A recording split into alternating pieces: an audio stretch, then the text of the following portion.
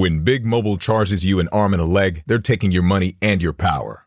And your arm and leg. Boost Mobile gives your power back with an unlimited plan for $25 a month on one of America's largest 5G networks. We can't give you back your arm and your leg because we're not qualified surgeons. Unless you're an iguana who can grow limbs back. Switch to Boost and get an unlimited plan for $25 a month. Boost Mobile. Unleash your power. New customers only. One line, $25 per month with autopay. Additional restrictions apply. See boostmobile.com for details. This podcast is a member of the Voices of Wrestling Podcasting Network. Visit voicesofwrestling.com to hear the rest of our great podcasts, as well as show reviews, columns, opinions, and updates across the world of wrestling.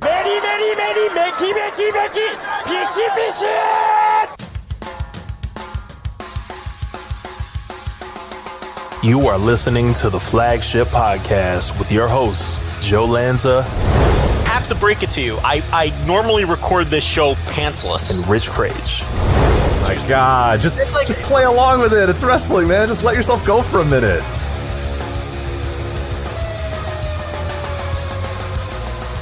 And we are live on the Flagship Podcast. I am Rich. He is Joe. Joe, we are finally back at full strength. We're on Thursday. All is right in the world again. How are you? I'm all right. We did some Wednesday shows. We did a Tuesday show, but now we're back on Thursday. Just us, Joe and Rich. Yeah, it's I'm doing good. Yeah, glad to be back. Back in the regular time slot. Yeah, Tony, and he was nice enough.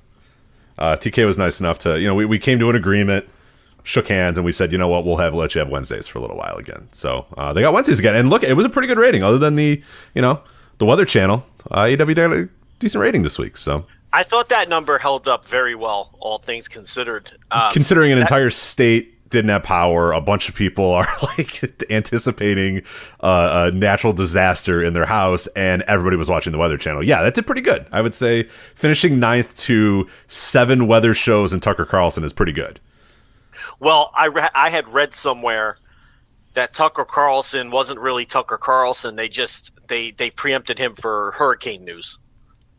I don't know if that's true. Yeah, I don't know, and I'm not going to find out. I really don't care to find out what the content of Tucker's show this week was, or this Wednesday was. But... Well, the point is that would explain his uptick. In Right. That would totally, If that's true, it would explain his uptick in the 18 to 49. But if you would have told me beforehand that they were going to do 990 and a .34, that's almost not a terrible number without the hurricane coverage, but going up against the hurricane coverage, I think they would have signed up for that if they would have told that beforehand.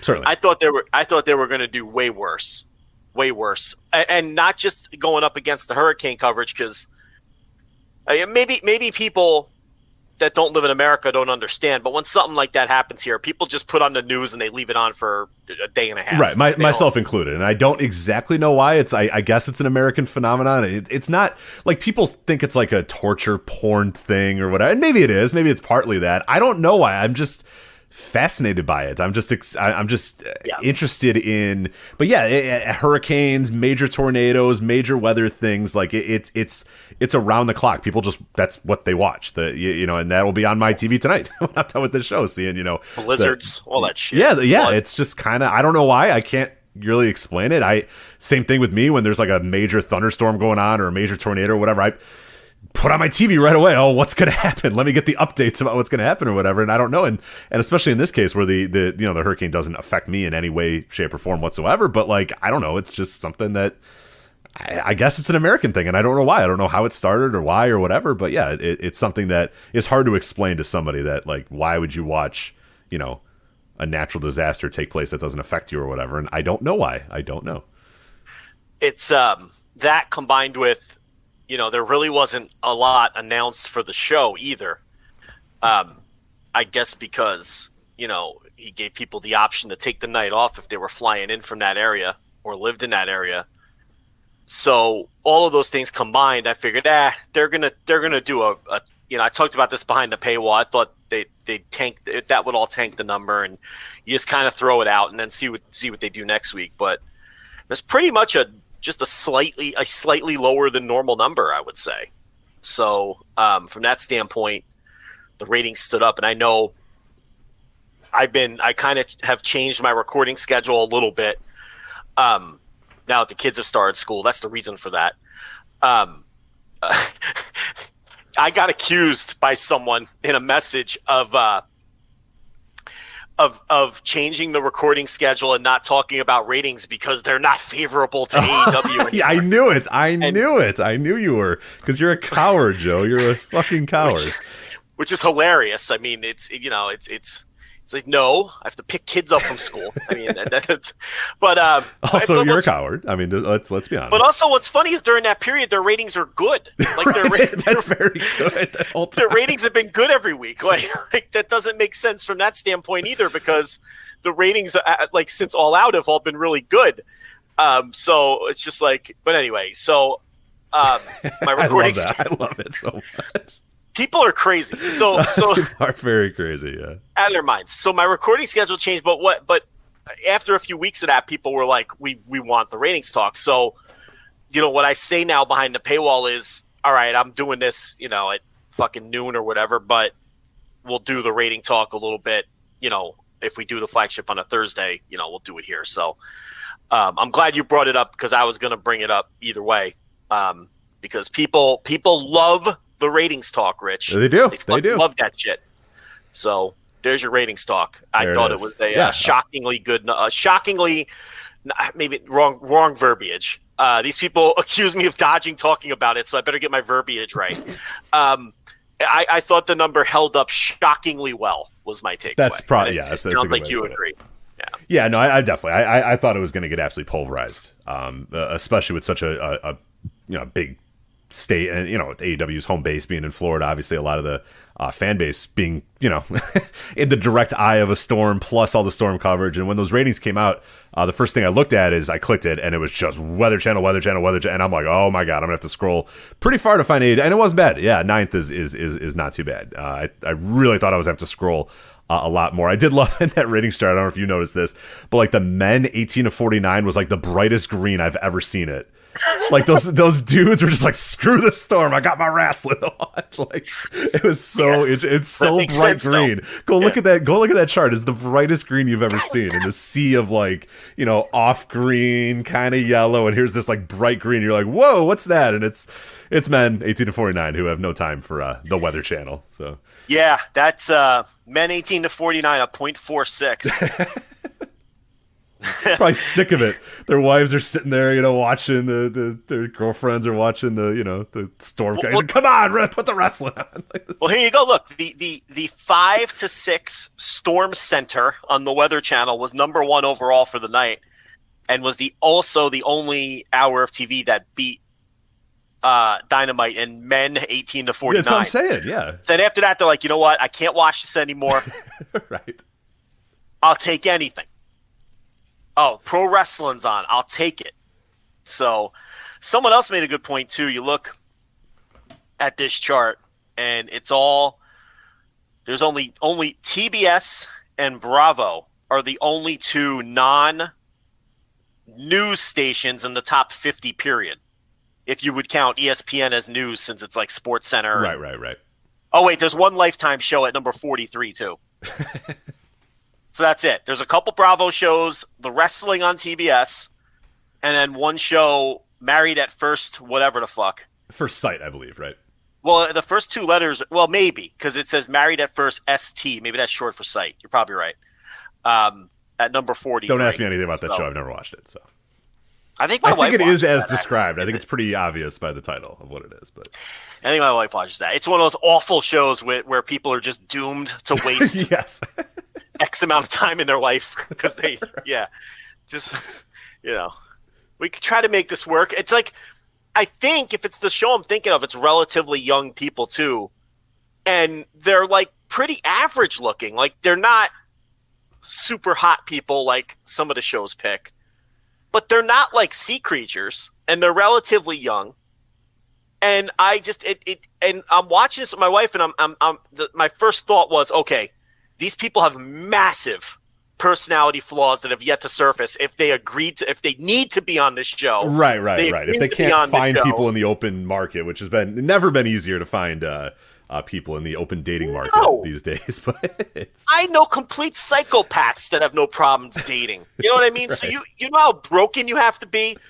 Hey, Britt, what's that show you watch where the people have to get? Is it Married at First Sight with like the 6 very average looking couples, and then they have to like try to make it work after they get married, and then they have to make it work? Is that the show you watch? Yeah. That's what it's called. Yeah. See, that's the show. They get rich. They get married. Then they have to be like, hi. Yeah. So there's another show that I'm confusing Married at First. I think I know that one. And there's another one too that's kind of the similar style and vibe. But yeah, I've seen like a clip of Married at First Sight, and yeah, it's like they pretty much just jump into marriage and then try to figure it out later, which is not a recommendation that I would make. I would say, it's psycho shit. Figure out your relationship first and then get married is my bold take of how you should and then they'll be like, yeah, I can't figure out why this isn't working. We're just not connecting. Because you just not connect. That's fine. Like, that happens. You don't fucking know each other. Let's start there. You met on the fucking altar. How'd you think this was going to end? So the No Dope chat room is flying in with other Love is Blind and 90 Day Fiancé. I am confusing 90 Day Fiancé and Married at First Sight, but I think they're pretty similar, right? Similar concept. One is First Sight and one's 90 Days, is what I'm gathering. Yeah, 90 Day Fiancé is the far more popular one. Yeah, also not enough time. 90 Days, not enough time either. Not enough time. That's that guy with no neck. I'm sure you've seen memes with him. With no neck. He looks like he got hit in the head with a hammer. Yes. 90 Day Fiancé? Hold on. The host of 90 Day Fiancé or just a guy on 90 Day Fiancé? No, like one of the guys on the show. Like I don't know. One of the fiancés. Yeah, this guy. You know the guy now, right? I know the guy, yeah. Yeah. He's guy's a disaster box. Look at him. And the woman's like pretty attractive, right? Like she's fine. Yeah, I think it's an Asian lady, if I'm not mistaken. Nah, I don't know what she is. Yeah. Hey, the guy on 90 Day Fiancé who looks like he got hit with a mallet and he has no neck. His lady's an Asian lady, right? If I'm not mistaken. Yeah. The fiance's like an Asian lady. Okay, I think. All right. The no neck guy. Yeah, I know exactly who you're talking about. He's so bizarre. Yeah. No, these shows are. You got to be a crazy. Yeah, you got to be a crazy person to be on them, and I'm sorry, you got to be a crazy person to watch them too. I apologize to TLB, but yeah, I mean, they're absurd. I mean, be more like her husband who watches normal stuff like professional wrestling. Yeah. Yeah. Be more like me, who watches 4 college football games at the same time, and I don't even like college football. Be more like me. That's normal behavior. Sitting in your house with the blinds drawn, watching Yohei and Hayata. Oh my god, I can't wait to get to that. I skipped that. I'm not doing that ever again. Life is too short to watch another Yohei and Hayata match. Oh god, it never ends, Rich. The feud that'll never end. Like they're either facing each other or teaming together, turning or on one another, and somehow turning on one another. Yeah, I can't imagine. And they both stink. Like they're both terrible. How many times do we got to review these guys involved in some kind of match? You're going to review them this time, I'll tell you that. I am not watching that. But we have plenty to get to. You slapped 30 seconds. Oh yeah. No, I dragged that thing until I saw Funaki walk into the ring, and I was like, "Yep, there we go." That's what I was looking for. So I don't know what happened, who won, don't care, don't need to know. I'm fine. I saw Yohei come out, and he looked like he hadn't showered in weeks, and I was like, "Nah, I'm good. I don't need this. Life's too short." So looks like he hasn't showered in weeks, right? He's kind of always Oh, Yohei, that he showers, but like he never puts shampoo in his hair ever. He definitely reeks of cigarettes. There's no doubt about that. He's the cheap ones that like the American Spirit. Yeah, American Spirits or Pall Malls or whatever. Yeah, the ones that you just can't get off. Like people don't know that because the people that smoke them don't know that they smell because they've lost all sense of smell. But like they smell horrific. You're like, dude, you smell like cigarettes. Like, no, I don't. Like, no, I'm telling you, you do. Like you walked into the room and you smell like a pack of cigarettes. And no, you smell horrible. But that's Yohei. But we'll get to that. We'll get to Noah Grand Ship in Nagoya, Pro Wrestling Love Forever 2 Outbreak. We'll get to that. We'll get to Higuchi and Takeshita from DDT, Who's Gonna Top, which is actually the name of a show, which I'm sure Joe will say something uncomfortable, and I will tug my collar when we talk about that. But that is the main event of a recent DDT show that's getting a lot of praise. Currently a 9.54 on Cage Match. So we both watched that. We'll review that one. All Japan had their 50th anniversary show a couple weeks ago. It was delayed, but it is up. I watched it. You watch it. So we'll cover that show as well from Budokan Hall. All Japan Pro Wrestling celebrating their 50th anniversary. New Japan had a Burning Spirits show at Kobe World Hall. We'll talk about that show and then preview the upcoming shows this weekend in the UK, Royal Quest. Two-night show there. In the UK, but let's start with AEW. So we talked a little bit about the ratings, but this is kind of, I mean, you did the flagship obviously last week. I was not there. I was gallivanting around Ireland, hanging out with the 4Ls, having a good time. But you did not. How was the trip? The trip was good. We have a new heel in the flagship territory though. The 4Ls. Did they clue you in about this new heel that we have? I know nothing about the trip. They've kayfabed the entire trip. Ken the Ferryman. Remember that name? Ken the Ferryman. Yes, this man who was supposed to take us on a ferry to an island. That was not a derogatory. He is a man who he runs ferries. He's not. I'm not trying to. I would think that Ken the Ferryman is a man who drives a ferry. Yeah. Okay. Just want to make sure because people thinking I'm being very rude to Ken. Ken is probably much more masculine than I am because he drives a ferry, and I don't know how to drive a boat at all. So Ken the Ferryman was going to take. So I arrive in Dublin at the end of my trip, and Alan 4L and Sarah 4L want to hang out, and so they're like, hey, take the first day to walk around Dublin and see what you like or whatever, and then we'll figure out what to do the next day. And all right, sounds good. So we walk around the city, we do all that sort of stuff. We're kind of done with it, we're just kind of like, it's fine. Then Alan's like, well, what did you like most about this trip to Ireland? And I said, well, we really liked like the castle ruins, and we liked the outdoors and goats and stuff like that. They're all over the place. So he goes, I have the perfect idea. You could take the Blarney Stone, the Blarney Stone, the Guinness. All of those things. I drank Guinness. I didn't go to the Guinness tour though, but I did drink Guinness, but I did not. Does it taste better in Ireland? Joe, I so badly wanted to say no, and I'll tell you, the nurse can attest to this. We got a Guinness, and I was like, these fucking idiots. There's no way this is better. I took one sip, and I was like, motherfucker, it is so much better here. It just is. I don't know why. I don't know if it's a state of mind. I know, and I'm like, oh man, I've been making fun of people for like 15 years about that. I took one sip and I was like, I can't in good conscience disagree with them. It is so much better here. So I've heard it doesn't travel as well or something like that. It's probably also like the ambiance of it or whatever. But regardless, yes. Did not kiss the fucking stone. I'm good. It combined all the things I hate the most. Lines, people touching you, heights. I got to like bend over a hole and then I have to kiss something that a bunch of other people can. I'm good on all of that. That sounds awful. People's disgusting chapped lips all over this rock. Post-COVID, I'm good. Pre-COVID, I was good. Post-COVID, I'm absolutely good on kissing. I'll tell you what, a fucking stone. Quick sidebar, I promise quick. When I worked in certain establishments that had bars for a number of years, you couldn't get me anywhere near the bar because I want nothing to do with bartending. I can't stand it. But every now and then you'd have to jump back there and, get the job done. Pouring Guinness for these fucking Guinness drinkers. I know you fucked it up royally. Imagine Joe Lanza. Right, you don't know how to pour any drinks. Like if I asked you a Miller Lite, you would fuck that up, and it'd be all foam, and you'd be like, I don't know, buddy, just drink it. It's fine. Just fucking drink it. Right.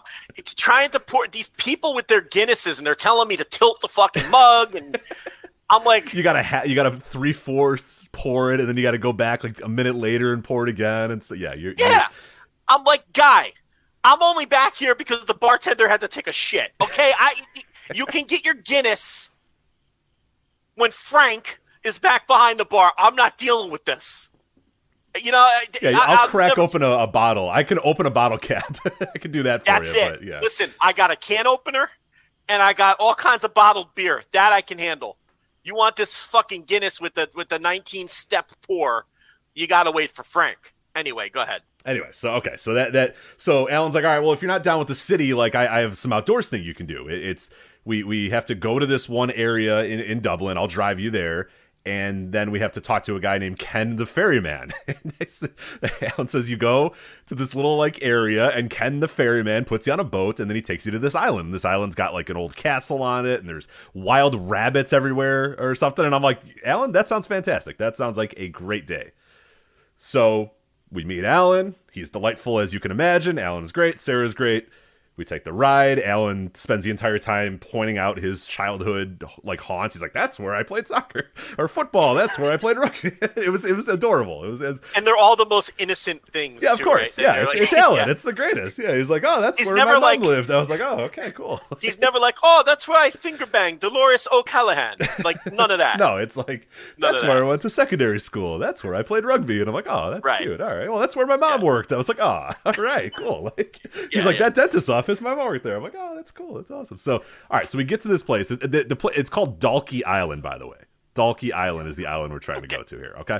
Yeah. So I hear we're the number one podcast on Dalkey Island. That's probably true. The wild rabbits really love us there. We are indeed the number one in what, Turkey? Yeah. We were number one in Turkey for 5 consecutive days there it last is. week. Thank you. And folks, that's a shoot. That's a shoot. Number one in Turkey, 5 straight days. Suck it, Cornette.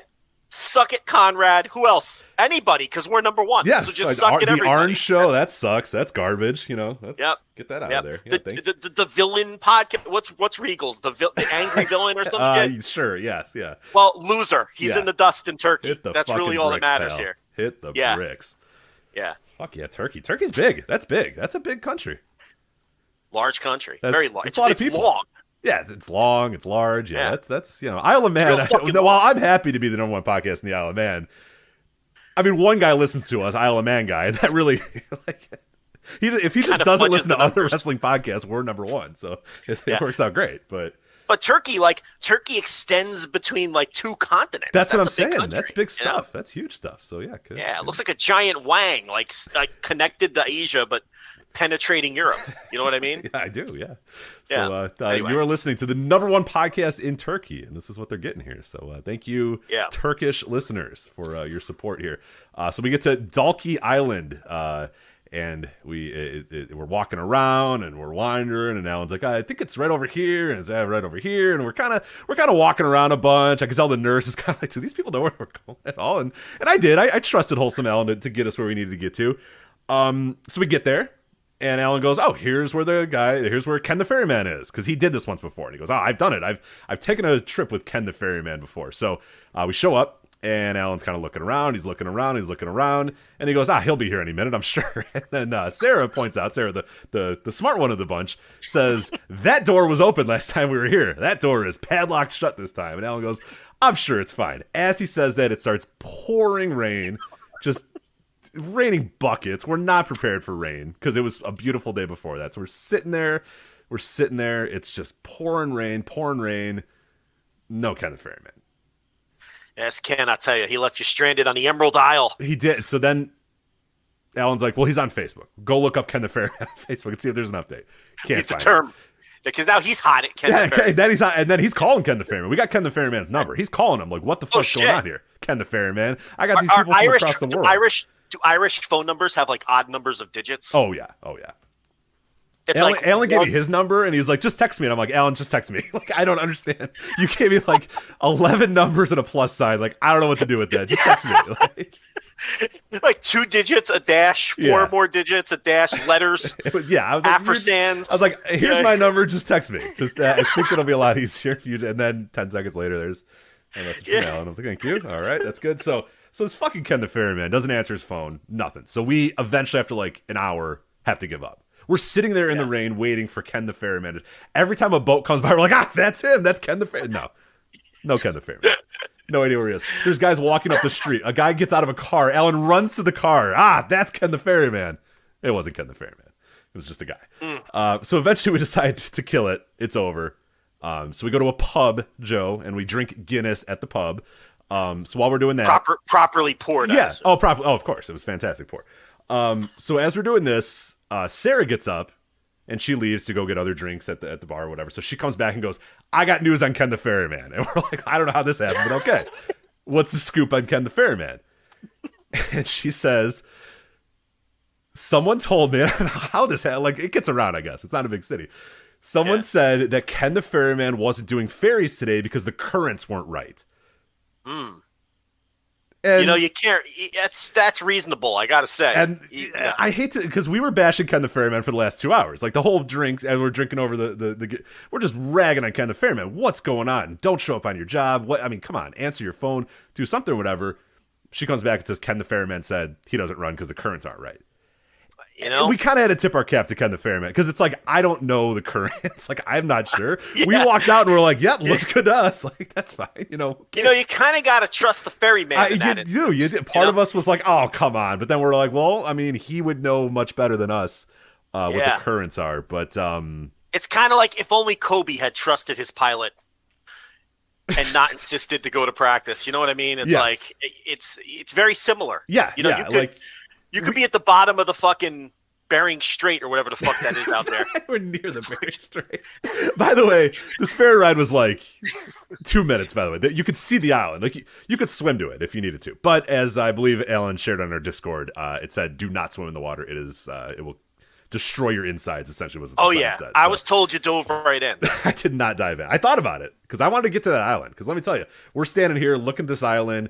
There's wild rabbits everywhere. We can't see the wild rabbits. Well, I'm told there's wild rabbits everywhere. There's castle ruins. It looked fantastic. It was raining. It looked like a very nice day to go to Dalkey Island and enjoy it. But Ken the Ferryman said the currents were not good. So even with that explanation, I'm still very upset at Ken the Ferryman for ruining our time. Because then I am picturing Ken the Ferryman in my head, and I know that's what he looks like. I just right.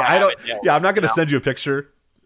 When I looked it up, it was exactly like I thought Ken the Ferryman would look like. So whatever picture you have is exactly what he looks like.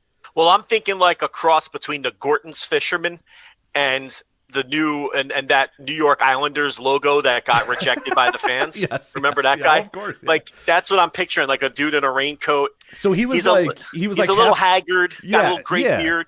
He was like half Gordon's Fisherman and half like Lieutenant Dan is kind of what he looked like. Yeah, I'm picking up Shalane down. That's what I'm picturing. that's what he was. But that's a ferryman.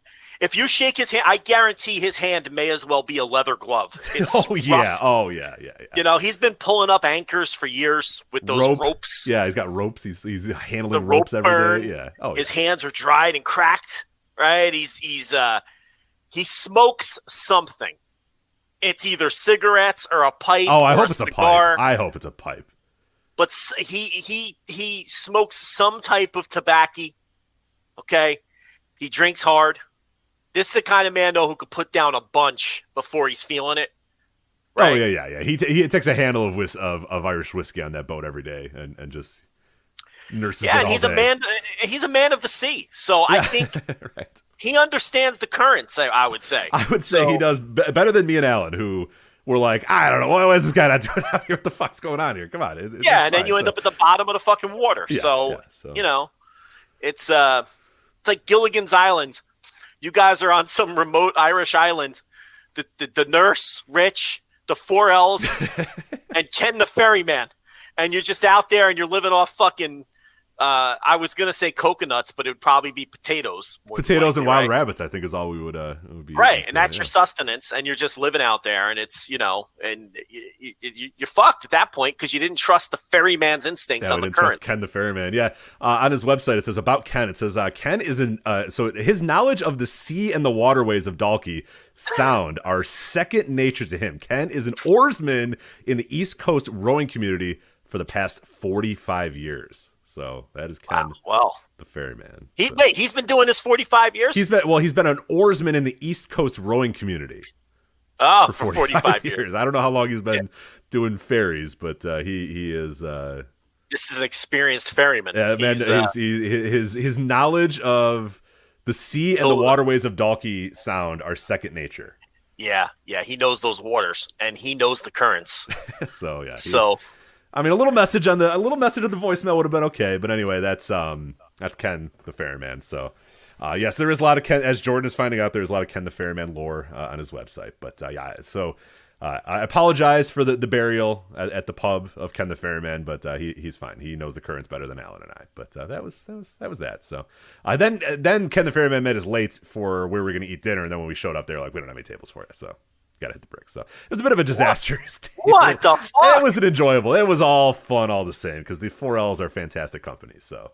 And great hosts, despite not being able to go on the ferry and not being able to go to our Italian place that we wanted to go to. So, wait, Italian place? Yeah. An Irish Italian place? I highly recommend it from Alan. Irish Italian. All right. I didn't try it, so I can't tell you. I know there's Brazilians there, which blows my mind. But what happened? Your reservation was blown or something? No, they just were like, "Well, we don't have any tables. Are you kidding? It's like 6 p.m. What are you doing here?" It's too late. It must have been a good place. It was. They were hanging from the rafters, Joe, at this Italian place. We got a great dinner anyway. Had some good company. Ate some. You know who else? You know who else is Irish Italian? I don't. You? JL. Yeah. There you go. See. Henry Hill from Goodfellas fame. That's why he couldn't be a made guy. Wasn't 100%. Oh, interesting. There you go. See. As he said in the movie, that old greaseball shit. Yeah. So. And you make good Italian food, so I don't know why you're to doubt the Irish Italian. I didn't doubt it. I just said, "Oh, okay, Irish Italian." Why would I? I'm an Irish Italian. My mother's Irish, so I know fucking soda bread and all that shit. I had a lot of soda bread. Soda bread's great. Yeah. Anyway, all right. So that's that. That's Ken the Ferryman lore.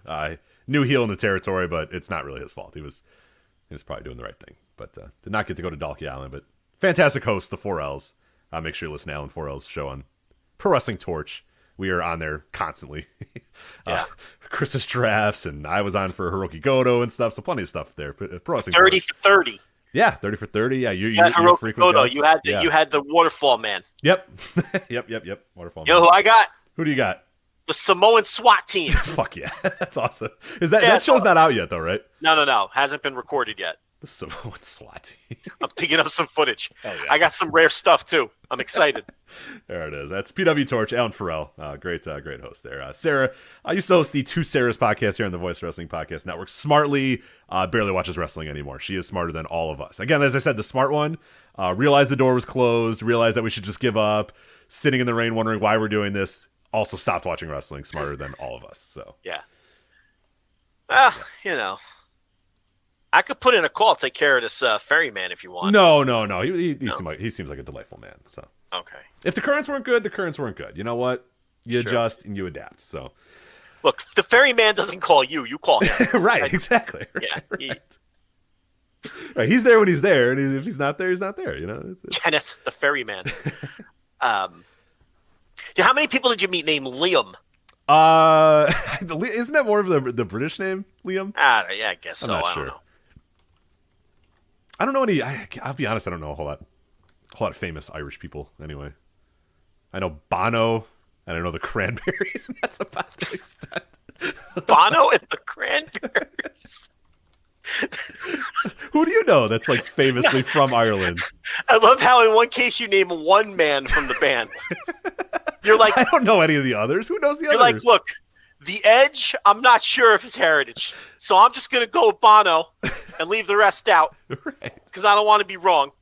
But damn it, I know every one of them fucking Cranberries is Irish, so I'm naming the whole band. Yeah, you're right. I do. Yeah. I'm told Liam, what's his face? The famous actor is Irish. So maybe there is. What about Liam Neeson? Liam Neeson. What about like the most famous MMA fighter in the world? McGregor is very, very much Irish. Okay. Turns out Conor McGregor is Maureen O'Hara. You've brought up a Maureen O'Hara on the show before, I believe. So probably wouldn't be surprised. Yes, I know Sheamus. There's people that don't know Sharon. I know Sheamus. Yes, yeah, Finn Balor, right? Finn Balor. We Becky didn't Lynch. see Sheamus. We saw the area he lived in. Yes, Alan pointed out that's where Sheamus grew up. We're like, oh, cool. Oh, part of the tour. Yeah, right. It was that all makes part sense. of the Alan tour. It was fantastic. That makes sense. Yeah. Enya. All right. Enya is from Ireland too. So there you go. Is she really? Did you already talk about the lovely tour Alan gave us? We did. Oh. And Ken the Ferryman. Why did you talk about that already? We We were gonna do a special A vacation? That's Patreon. okay. It's all right. We No, can do that. No, we can't. You It's have ruined. you have new stories that you can tell. No, Get Ken outta the here. Fairy Guy was my fucking Ferryman. thing. Ken the Ferryman. Ken the Ferryman was like the crux of my story. Well, that's fine. No, they know it. I love how you Who blew up does her Ken spot. The Ferryman show up? Guess what? He fucking doesn't. They already know Yeah. the ending. Why do they care? It's true. They do know the ending already. You blew up her spot. Go eat that hot I dog. don't. It's a euro. That's €1. Anyway. They don't have those in Ireland. They have a lot of lamb. They have Italian food, apparently. They don't eat those. They're for wool only. That's not true. All right. Hit the brakes. She likes to tell herself that. You're doing what? Waiting for it to warm up. It's good. I can hear it. I could hear it from Texas. The microwave. What? Nothing. Enjoy your euro. Bye, Joe. Can we say hi to nurse. Joe and not the thousands of other people listening? Hi, Lovely as everybody always. else. We're the #1 podcast in Turkey. Wrestling podcast. I guess I could I put the little caveat on there. Yeah, Wrestling be podcast. careful. Well, I mean, There's other kinds. yeah. So No. like 4 people listen to it in Turkey. Why she got to shit on us? Yeah, it's I still don't in know a why. Okay. All right. All right. Now you gotta go. So What about the Isle of Man? Are you guys #1 still? always, now and always, yeah. Because I do feel disappointed I missed out on Isle of Man. yeah, Isle of Man guy. We'll see him one of these days. But I will go. I'm gonna make a new trip. Go to Isle of Man and Scotland together. Okay, great. So We'll do that next WrestleMania weekend. I'll give you the dates. We can Yeah, that'll happen during Wrestle Right. Kingdom. Wrestle Kingdom January 4th. We'll go Great. either January 4th or sometime in April, whenever WrestleMania weekend is. It'll be perfect. Right. So, April. Perfect. early April or something. First week of April. Let's Perfect. go. Lock it in. Anyway, Thunders, everybody. All right, so that's how it went. All right, you want to talk about the wrestlers here? At some point, we probably Since have we're to. in Europe, let's go to the Netherlands, right? Wait. Oh my God! What? Say. What? So today in my work, Microsoft Teams, somebody put a GIF of the Miz. Yeah. And then I burst out laughing, and I was like, "Who put the Miz in the group chat?" Okay. And everybody's like, "What are you talking about?" And they didn't know the context of the GIF because they just typed in like a. What was Phrase. Mike the Miz doing? It said "kiss the ring," and it was like another wrestler kissing the Miz's ring. I don't even know what that's from. Well, Anyway, I was like, "The fascinating. Miz," and then everybody was like, "What the fuck are you talking about?" And I was like, "The GIF." No swearing. We don't swear. Oh, I'm so sorry. Yeah. Yeah. So anyway, Yeah. all right, beat it. All right. Joe said beat it, so I didn't say it. He did. how dare you? I'm never doing Patreon content again. Good night. I'm not responding. All right. My God. All right. So Once you wind her up, forget it. It's great. Beat it. So he's Dutch, right? Malachi Black, Dutch. Didn't we do this last time when we riffed on him and we couldn't figure it He's out? from the Netherlands, right? I tried to do an easy segue. I was speaking of Europe. So anyway, let's talk about Malachi Black and his future in AEW. We're going to talk about a lot of guys and their future in AEW and what's potentially happening. Malachi Black, Buddy Matthews, and Andrade. So we'll start with Malachi Black. So last week, he issued a statement where he did confirm that he had requested his release from AEW. And then earlier this week, he went on Instagram Live to say, not so fast, in his best Lee Carso impression, I'm sure. Yeah. Quote, anyway, I will see you guys in a couple of weeks, maybe a couple of months. Like I said, I'm only taking some time off. That's it. Just taking some time off. There's no conspiracy to this. Just taking some time off, all right? I will see you guys soon. Take care of yourself. Stop believing any other narrative. Like right now, I've debunked it. There's nothing going on. Don't believe these people. Don't write opinions. Believe it. Nothing. I'm fine. I'm just going to be fine. Everything is fine. The truest sign of you're fine is saying how fine you are as many times as possible. But anyway, you'll see me right back in AEW pretty soon. I'm just going to take some time. That's it. And guys, last thing before I leave, don't make me some instrument for this whole tribalism, us versus them thing, because I don't do that stuff. I don't do the whole team AEW versus team WWE thing. I don't play to that. To me, this is a business. This is genuinely a business in the sense of the way it's a business. This is my job. This is what I do for a living. And this is how I've made my living the past 12 or 13 years of my life. I've been in this business since the 2000s. Okay, so thank you for those who have been supportive of me. Thank you for your nice messages. All right. Well, I agree with all that last part. And we say this all the time that, you know, I think a lot of people don't think that the vast majority of the people in these locker rooms don't just view it as a business, and they don't give a shit about this them versus us thing. They don't care. No, and if anything, go back to the episode that we did when AEW first got announced, and we said the people that should all be jumping for joy are literally every single pro wrestler that's that in every single company, because now they have the ability and the leverage to bounce between these two, use these different companies as leverage. This is great. This is the best thing that's happened to all pro wrestling in decades, because every single one of these people, now the business is a true business. There's real competition where you can say, hey, this company wants to pay me X and give me this. Are you guys going to do this, or else I'm going to leave? And then the other company, it's perfect. You can play this leverage. You can bounce between the two. Every wrestler should like this and be happy with this. Yeah. But as far as everything else, you know, don't believe what you hear. Well, Guy, you're the one who told us. Right. You caused this. You said you asked for your release. Now you're saying you didn't ask for your release. So, like, you're at fault here. You're the one that got everybody talking. I cannot take this guy. I can't take him. And we talked about it in what is a now legendary segment that people really loved at the time. I would have never got involved with this dude. He just had 9 million red flags in that little Twitch streams he was doing after he got cut from WWE. And I'm like, I wouldn't want anything to do with this dude. No, when he's talking about the green lights represent this and the blue, I was like, no, we're good. Yeah, no, I'm thanks. good, pal. Thanks, anyway. And you know, now he's just constantly contradicting himself. You know, it's funny. Don't these believe guys everything you read. You told everything that everyone's saying is what you said. It's what you said. And then you got Big Match Buddy talking after an indie show. Oh, I got him too. Do you want me to read the Big Match Buddy quotes? Because we can loop these two in together, by the way. One real thing that we do need to talk about with the Malakai stuff is one of the most recent White Rabbit teases. We're going to break down every single one of them, Joe. I have all 49 White Rabbit teases, and we're going to break them down one by one later in this show. Probably great. You do that. It's going to be towards the end of the show. I'm going to go. All right. I'll go do literally anything else. But you can go do that. Yeah, okay? So 923, the reason for the 923. Anyway, so one of the most recent White Rabbit teases on Raw, or as Dave Meltzer calls it, the Bray Wyatt gimmick, which is a legendary tweet, by the way, from Dave Meltzer. The Raw rating didn't hold up. The Bray Wyatt gimmick isn't working.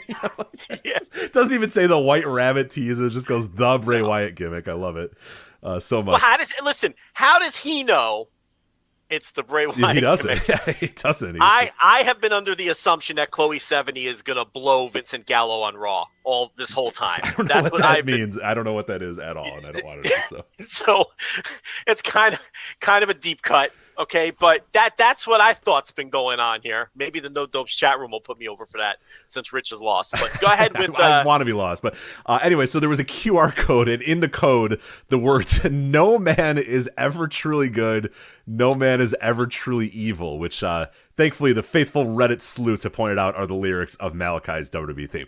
Good, go. Okay, go do White Rabbit shit, man. I don't want to deal with any of this. I would rather sink on a ferry than decode White Rabbit shit and decode QR codes and these people that will literally piss their pants if you tell them just look up Bandito. Like, who is this man? Just Google Bandito. I'm not going to do that. You shouldn't ask me to do that. You should tell me who this man is. I decoded this QR code and the lyrics of Malachi Black's WWE theme are.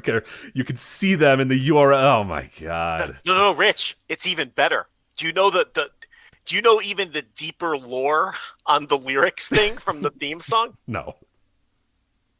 Those are the words to Tom End's WWE. I just said that song.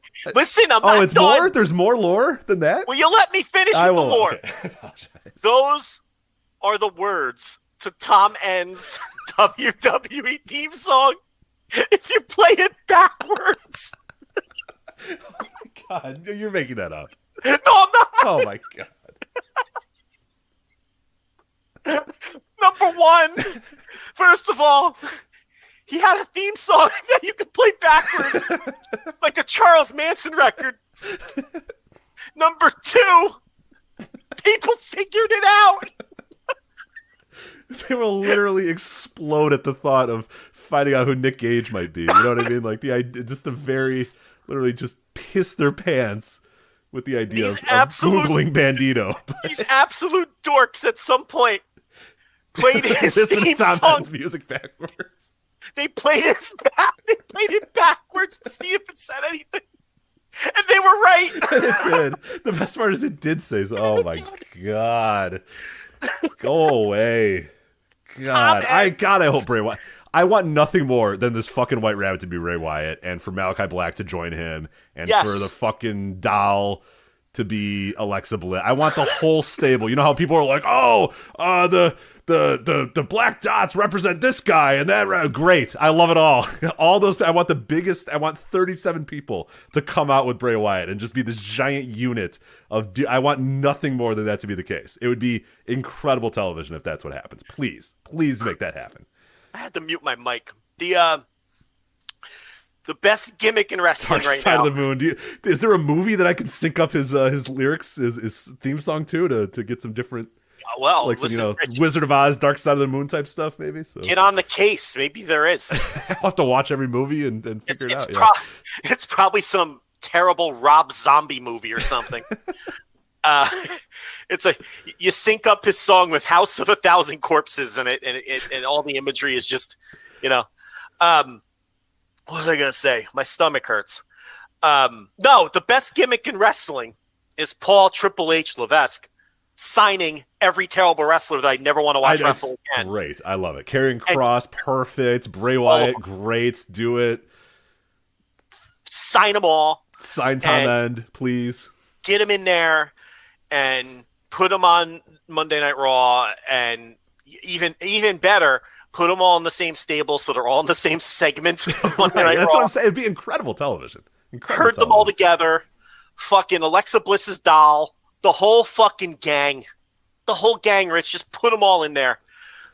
Combine them with Judgment Day. Put Subanik and fucking Punishment Martinez in the group, and just that would be ideal. But unfortunately, Tom End, if he is to be believed, if he doesn't contradict himself again in the next 10 minutes, isn't going anywhere. But to rein this thing in and turn this into a somewhat serious segment. Sorry, real quick. I found the tweet of there's I'm not going to name the guy, but it's a new fan theory proposes a White Rabbit faction for Bray Wyatt, and I love it. So this guy says, think about it. And then there's 9 arrows down. It says, think about it. Karrion Kross is White Rabbit. Scarlet is Abby the Witch. Dexter Lumas is Mercy the Buzzard. Braun Strowman is Huskus. What is Huskus? I don't even know what Huskus is. Huskus is the fucking pig. Oh, the pig. That's right. With the wristbands and the fucking headband. Yes, the pig. The John Cena pig. The John Cena pig. Yeah, the problem is all of these fucking puppets. They already deconstructed this lore. Like, we're reloring lore. This is so embarrassing that we're talking. This is so embarrassing that I'm going to say the following. But Huskus, we already know that he symbolizes Husky Harris, the former identity of Bray Wyatt. Like, you can't just now Huskus is Braun Strowman. We already know that he is the part of Braun's psyche that represents. I feel so gross. That represents Husky Harris. That's what he is. Oh my god! So now they're changing their own lore. You can't do. You can't go changing the lore. You've already decided on the lore. Brandon Stroud already broke down the Fiend versus John Cena. You can't undo all that work. We can't do it, Rich. Wonder what that guy's up to. But I don't. Don't really care. I don't. All right, Buddy. Big match, Buddy. All right, so he stated at a recent Fight Life Pro Wrestling show, I don't know what that he was going to take time off, saying that he needed to go away for a little while and, quote, recalibrate and, quote, figure out some things. He said, it's not a goodbye, but a see you later. He basically copied what the other guy said at the indie show, because Black said the same thing. So Dave Meltzer reported that Matthews wanted out of his AEW contract, and then Buddy Matthews later tweeted out a GIF from Seinfeld with the caption, fake. Right. Another guy who constantly contradicts himself. I have a theory. What do you got? And it's a solid theory.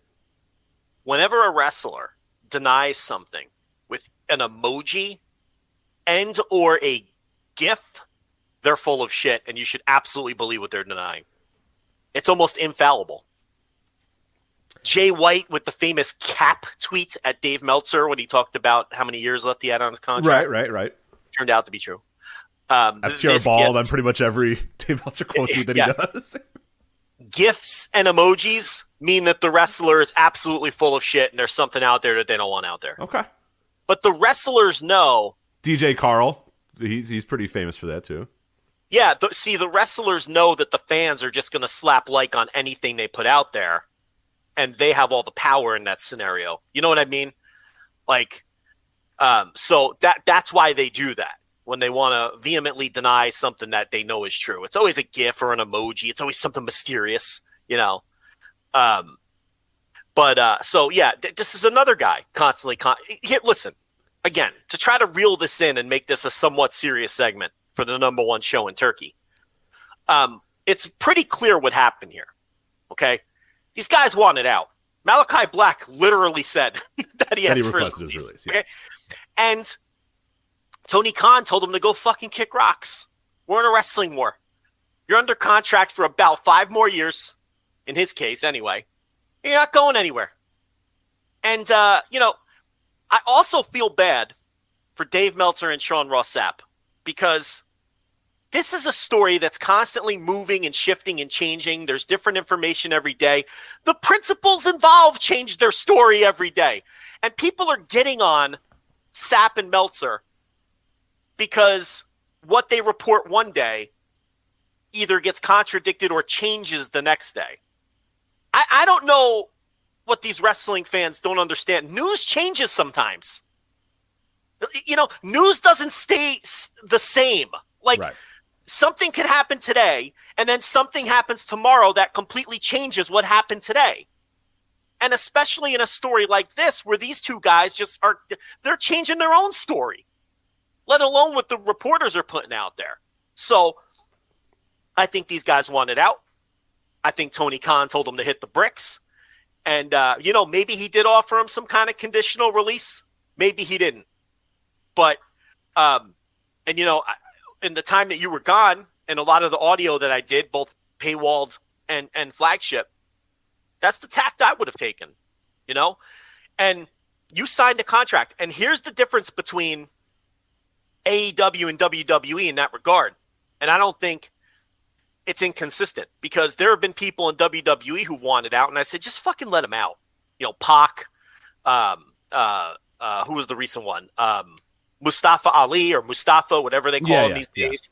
There's been a number of examples. Here's the difference, and here's why I'm not being inconsistent. Okay? Tony Khan, to our knowledge, has yet to have a situation where he failed to pay someone for the duration of the contract that he signed. He might have sent people home and not used them, but he paid them until the end. Marco Stunt, Joey Janela, Swole, whoever you want to come up with. Yeah, has he actually? I'm trying to think. He's never fired. No one's been fired from AEW, right? Like only for disciplinary reasons. Right. And no one would argue with like Jimmy Havoc and those cases where that's a different animal. That really doesn't have anything to do with what we're talking about. Okay, if you get fired for cause, that's obviously something completely different. And we might have a few more people fired very soon in that company. But as far as just, he does not cut wrestlers. He honors their contracts until the end. The other company, no matter how long your contract is, you are essentially really under a 90-day rolling contract. That's what it is, because they can cut you at any time, and then they pay you for 90 more days. So it doesn't matter if you have a 2-year, 3-year, 5-year, 10-year, 50-year contract. You're on a 90-day contract. And as we know, they are constantly cutting people. So I look at it from this standpoint. That company doesn't honor contracts, so why should the wrestlers have to honor the contracts? If they're unhappy, they should be able to ask to be let out. And I'm going to take the wrestler's side in that case, because they can be released at any time. Right, because their job can be it works both ways, and that's you as a wrestler should be able to request a release just as they can fire you anytime they want. Right, but in AEW's case, they haven't cut anyone ever. They pay everyone till the end. So I'm less sympathetic to the wrestlers whose names are on contracts in that company, is all I'm saying. I'm not saying there isn't any scenario where I wouldn't let someone go. Okay? Every situation is different. Every scenario is different.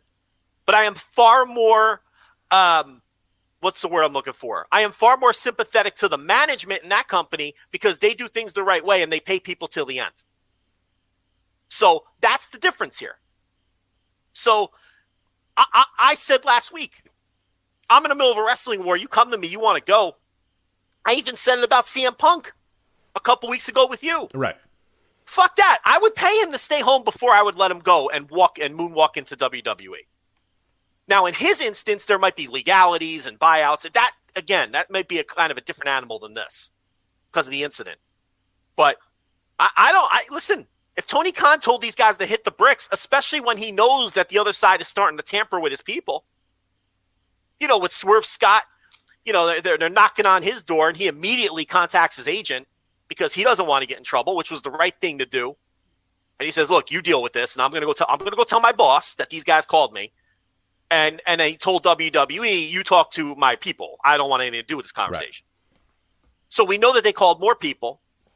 So Khan, number one, is annoyed. And if you remember him at the infamous presser, the quote that got swept under the rug and ignored because of all the other bullshit that went on, that he's not going to take this fucking shit anymore. I mean, he's pissed and he has a right to be pissed. So he's not going to let these guys just let them out of their deals and give WWE their way. It's not going to work like that.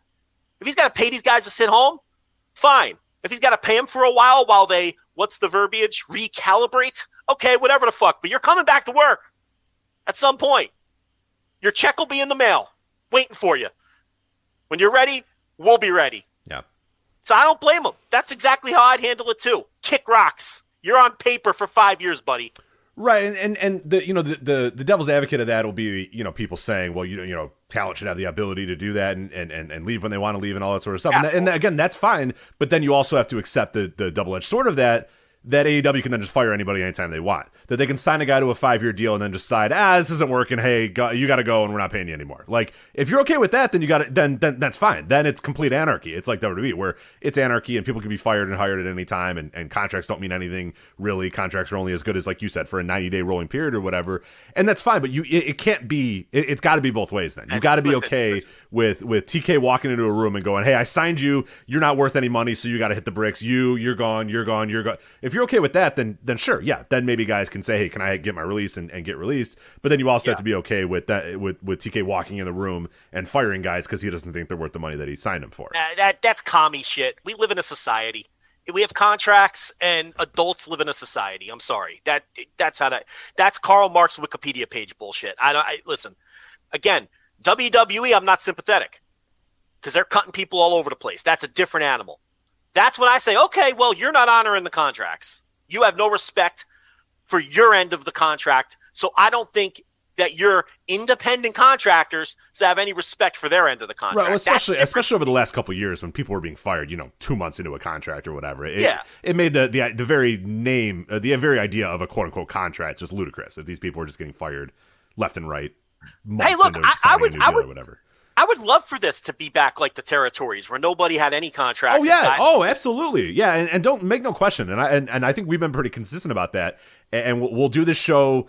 We'll say this a lot because there's a lot of people that are new to the wrestling world and new to wrestling in over the last couple of years, and they freak out about any time a guy leaves any of the companies. If they're leaving WWE to go to AEW, if they're leaving AEW to go to, it's like this grandiose, oh my God, this guy's leaving. What does this mean? Oh, the booking and this, and they haven't been putting him in prominent roles and yada yada. Guys, just leave. That's okay, and that's good. That's a healthy wrestling business. A healthy wrestling business would be these guys. Honestly, what we're living in right now is a very healthy wrestling business where Malachi Black can look on the other side and go, fuck, I can get a better opportunity over there. I just signed here, but I can get a better opportunity here. And yeah, that would be really cool if he could just say, now, you know what? How many more dates you got for me? 30? Cool. I'll do those 30 days, and then I'm going to WWE. And that AEW could say, yeah, all right, yeah, sounds good. Yeah, we signed you for a year. Or we, did X amount of dates or whatever. Yeah, go, yeah. Finish up your story. Finish up this, and then you can go off and do whatever you want. Like, that's good. That's healthy. That's a good part of the wrestling business. And it doesn't always have to be this macro. Oh my God, why is this guy leaving? Or why is that? Sometimes there's just better opportunities elsewhere. And that's fine. That's good. You should do that. When you feel stale, when you're not happy with your booking, if you're not happy with your contract, if you're not happy with where, just go. I mean, if there's a better opportunity, go take it. And you know what?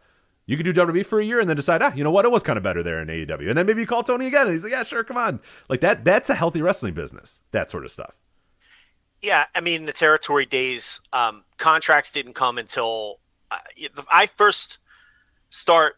If you go back and read old newsletters and listen to old shoot interviews, you don't start hearing about contracts until the later part of the 80s, late 80s, early 90s, when, Vince forced that. Right. Because So just to keep their talent, they had to Crockett started signing guys. Mm-hmm. Yeah, it's a contracts, so, but before that it was, you'd be in a territory and you just, someone would, you'd put out feelers to other places if you didn't feel like you were going to get to the top of the card where you were, and if you thought you could make money somewhere else, and then you'd put in your notice like you would at any fucking day job, and then the booker would finish you up. You would do your job, you do your jobs to whoever and finish up your programs and lose to everybody, and then you'd move on to the next territory, and then the cycle would repeat, and you'd go as far as you could there, and then you'd put in your notice and move on to the next territory. And look, it would be wonderful if wrestling still worked like that, but it doesn't. Again, we live in a fucking society. This is big business now, and there's contracts involved, and we all have to be adults. I'm sorry. We all have to be adults. And your name's on a contract for 5 more years, and your boss is in the middle of a wrestling war, and the other side is tampering with his talent. Okay? Sorry. All right? I understand the guy's going through some personal issues, too. We won't get into that because, none of our business. No, of course not. There, he had, but the stuff he made public was that someone close to him passed away. He's been having, okay, go home, get your head together, but we're not letting you out of this deal. It doesn't work like that. We can't have the other side calling up our talent and enticing them and then letting them all out of their deals. Right. Especially with suspicious timing. If Malakai wanted his release, 6 months ago or whatever, there's probably a better chance that Tony says, you know what, sure, go. But it's a little, the timing is despite all the other potential things going on in his life or whatever, timing is suspicious for a lot of these guys deciding that all of a sudden they're no longer happy with the place they just recently signed 5-year contracts to. You know what I mean? As long as Khan is going to pay you to the end of that deal, you both signed it. So I would handle it the exact same way. Right, actions have consequences, and that's and. Yes, in an ideal world, you could just do whatever, and yeah. But like you said, it's a big business here, and both parties have to kind of hold their end of the deal here. And it's definitely suspicious timing for all this stuff, and like people are kind of beating around the bush, and then you get discussions about Malakai's not happy with his booking or Buddy isn't being used. I mean, sure, there's probably a lot of aspects of that, but like, come on, none of this stuff is happening if Vince McMahon's still in charge. We know that. We don't have to sugarcoat that. Or there isn't a wrestler. There's probably, you can probably count the wrestlers in the back in AEW on one hand who are happy with their push. Wrestlers are never happy with their push. Right. Like everyone that's another wants the main event. Everyone wants to be the top champion. Everybody wants to have 30-minute main events of every pay-per-view. Yeah, it's. And that doesn't mean I'm saying that everybody in WWE and AEW is being used optimally. That's definitely not the case. Of course not. I tell you, I think Buddy Murphy wasn't used properly in that company. I didn't like him being put in the fucking goth geeks to begin with. I didn't think it was a great fit. And I didn't think he was featured enough and allowed to really show his talent in all of those trios matches. They had good matches and he acquitted himself well. But I think Big Match Buddy could have been a singles guy, and I don't think he's a main eventer, but I think he's a guy who could have gone out there and had great matches with a lot of the great wrestlers in AEW. Right, we definitely missed out on like 15-minute Buddy Murphy, second hour, beginning of second hour matches. That just didn't happen. Yeah. So I totally could understand why he might think he wasn't being used, why he wasn't happy with the way he was being used. Okay, Malakai, I mean, he had the injuries. Allegedly, that's why he was in a lot of tags and trios, because it was easier for him to work. And, when he came in, we didn't want him. We weren't interested in him coming to AEW. But when he did come in, we agreed that the rollout was very good. The Cody stuff, he was coming across like a star. For me personally, House of Black is one of my least favorite acts in the entire company. It's just a little too geeky for me. But I like the sum of the parts. Like I think Brody King has a ton of potential. I love Buddy Murphy. Well, once the bell rang, I fucking loved that. Yeah, and they had great matches. But you couldn't separate the other stuff with the in ring. Because people would always say, "Oh, when they get in the ring, they're great." I'm like, "Yeah, I'm great," but like I got to endure like a 5-minute entrance and a bunch of fucking smoke and elk horns and then secret, magical mists. And I'm like, everything else is, but I can't separate the two. It's impossible to separate the two. People who listen to my Dynamite reviews know that whenever Tom Enns had one of his like pre-tape deals with the smoke and the darkness, like my brain just turned off. I wouldn't even take notes. Yeah. Like I just don't care. I don't care what he's saying. None of this is interesting to me. Let me know when the bell rings. You know what I mean? But I think Buddy Murphy was underutilized. I think Tom Enns, to this point in AEW, and I guess they'll both be back, is the end result of all of this anyway. I think Tom Enns has been used precisely to his abilities and his level, in my honest opinion. I think as a single, he was used all right in the beginning. I think he was the leader of this group. They were pushed well enough. I don't see him as a top guy. I just don't. He could be an upper mid-card guy. He could be a guy that you can put in a group like this and appeal to a certain segment of the fan base.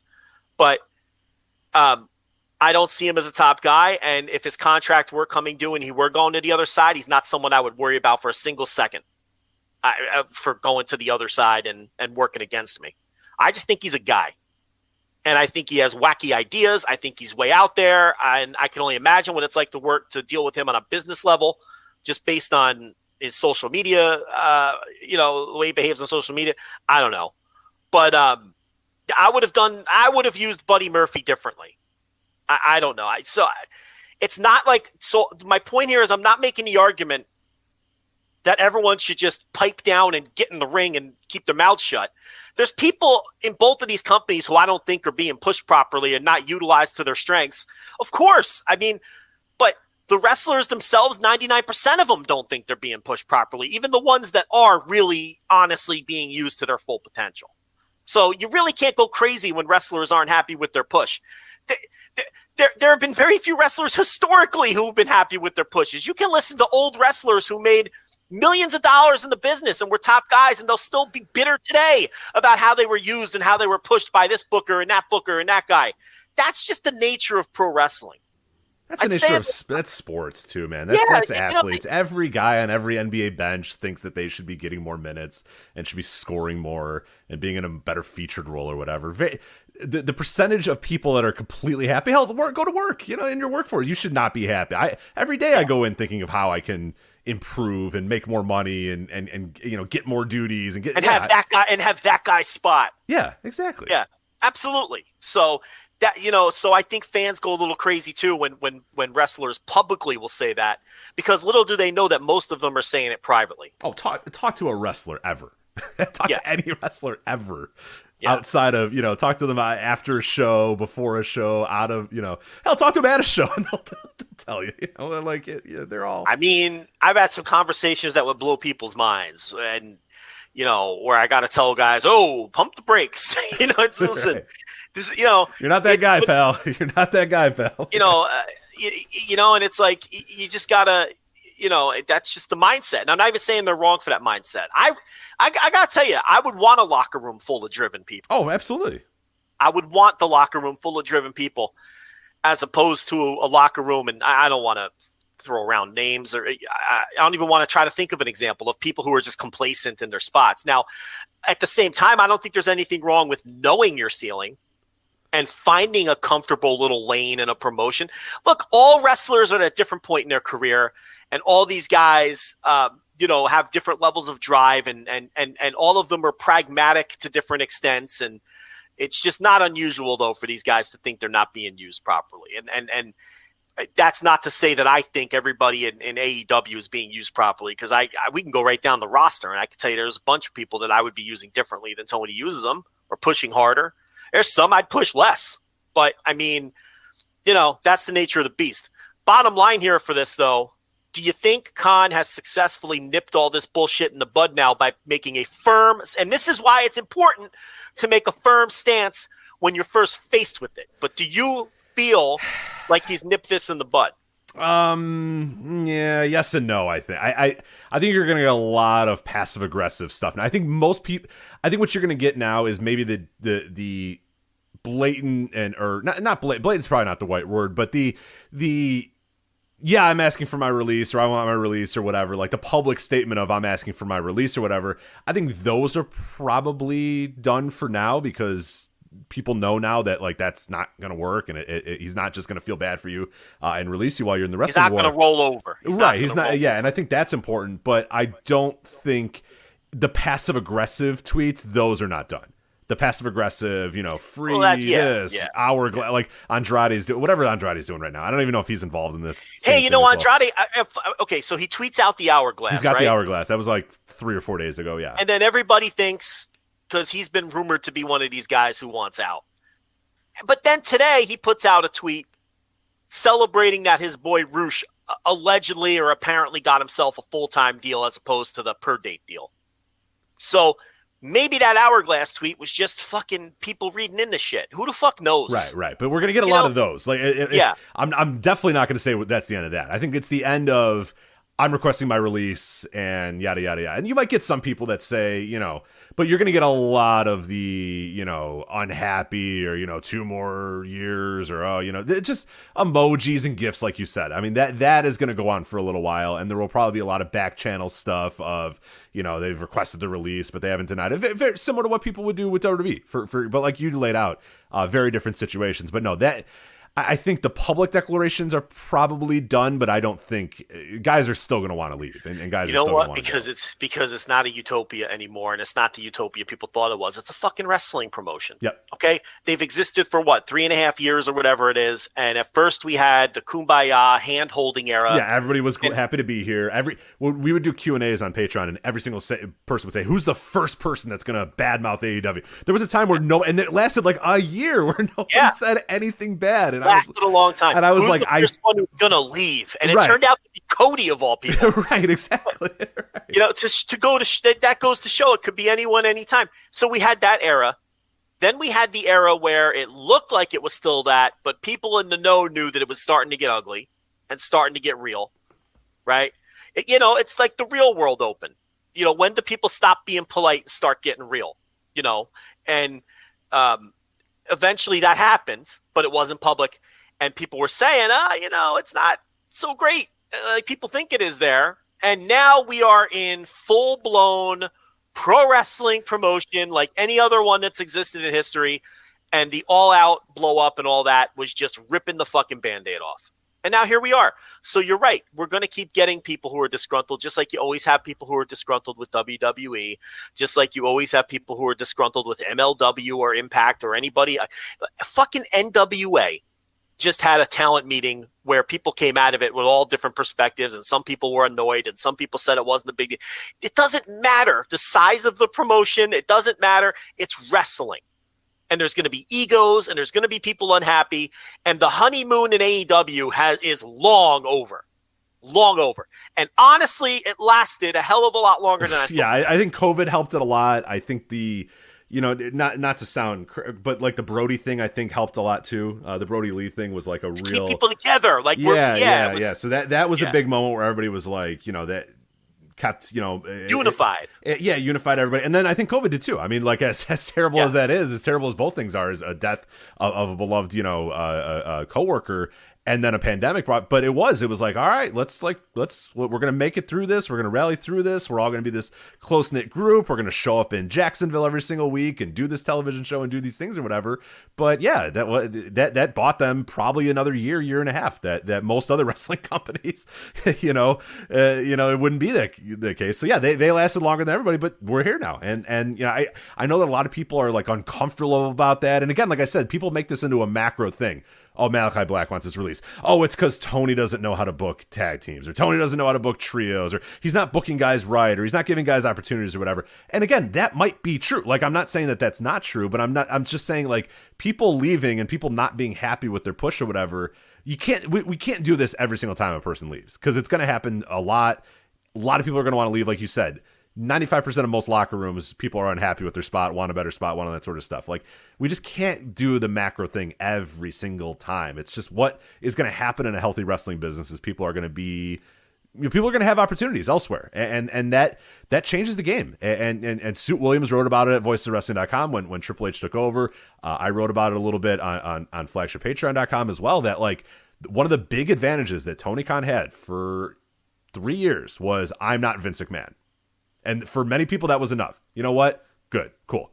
Vince McMahon, he doesn't get it. A lot of younger wrestlers were just did not give a shit about Vince McMahon's visions of wrestling. Did not think they were ever going to get a fair shot with him. Didn't, for whatever reason. But Tony Khan's best advantage to a talent meeting or a talent acquisition was, I'm not Vince McMahon. That's gone now. And the flip side of that is a guy who does get along with a lot of talents and has good relationships with guys that he has brought up. And again, not a complete accident. A lot of the people that have suddenly decided they want the releases are guys that have had, decent histories with Triple H. So, or Paul Levesque. So but it's a lot. So that's what wrestling is. Like, that is a healthy wrestling business, is where people are going to be wanting to do this stuff back and forth. So no, it's not going to end anytime soon. It's going to be happening more and more and more and more. And it's okay. It's fine. Like that. Again, that's going to happen. That is what wrestling businesses are. And wrestling companies are not these kumbayas, everybody holding hands things. They're businesses, wrestling business. So we're going to have to just get away from doing these grandiose macro, oh, this is a reflection of AEW. Oh my God, this is going to be, now everybody knows that they don't know how to book. Guys just go sometimes. You know what I mean? Like, guys are going to leave WWE too. Like, there's going to be a bunch of people that are happy with this honeymoon of Triple H right now that are probably going to be leaving in 6-7 months or whatever. It's going to happen. And you have to be okay with it. And we have to just get past making it a big story every single time a guy leaves. Your quick thoughts, because we got a lot to get to. Yeah. Did you watch Dynamite yesterday? I did. I don't know when you got home and what you're doing. I don't. The floor is yours. What did you think of the Paige here segment? Oh my God. What in the fucking world was that? I'm not going to listen. I'm going to let you, because if people want to hear my 7-minute rant, it's on the Thursday Dynamite review. It might be available for everyone soon. We'll see.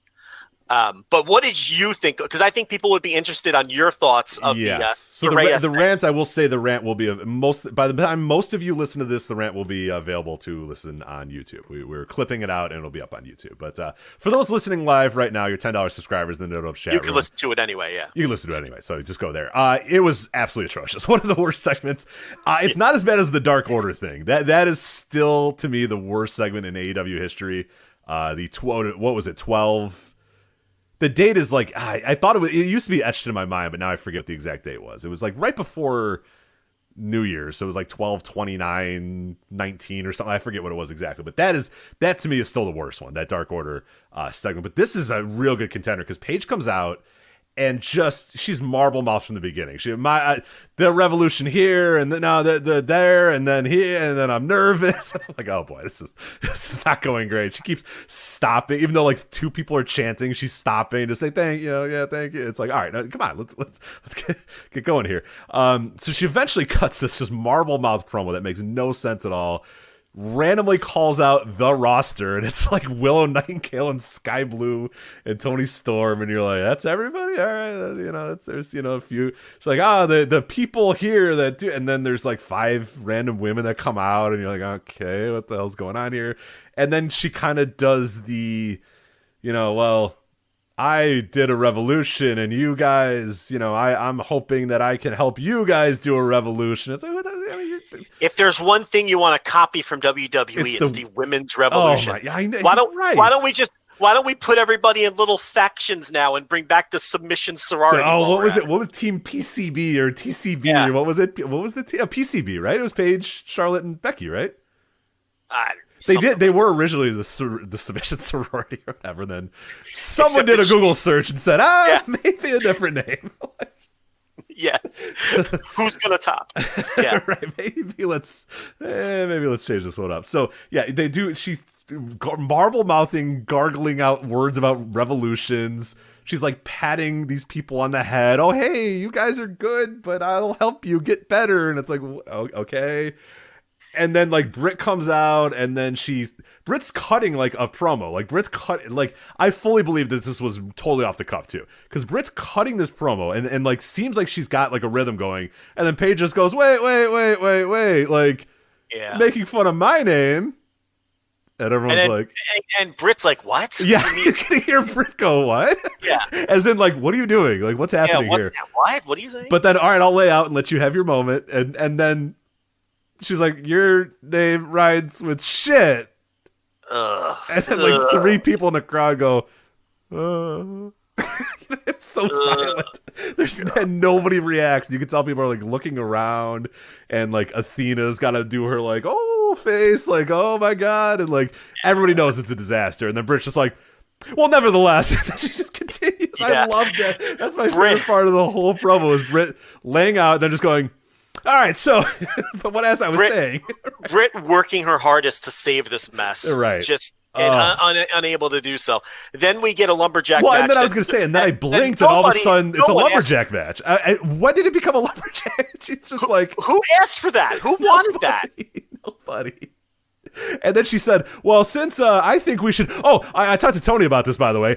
So it's like, okay. Yeah. Because she had to, like, clarify. Oh, the reason I'm booking this on the fly is because... And, oh, my... I cannot... I just imagine backstage, and then, temples being rubbed. Like, oh, what is going on? And then she did the thing where she took a shot at Vince because that's the easy heat, right? So right, you know you're it's going to get good to have bosses who finally listen to me. Ooh. Right, which I don't mind, but, you know, you're going to get the easy pop if you do that. So they all have to do that.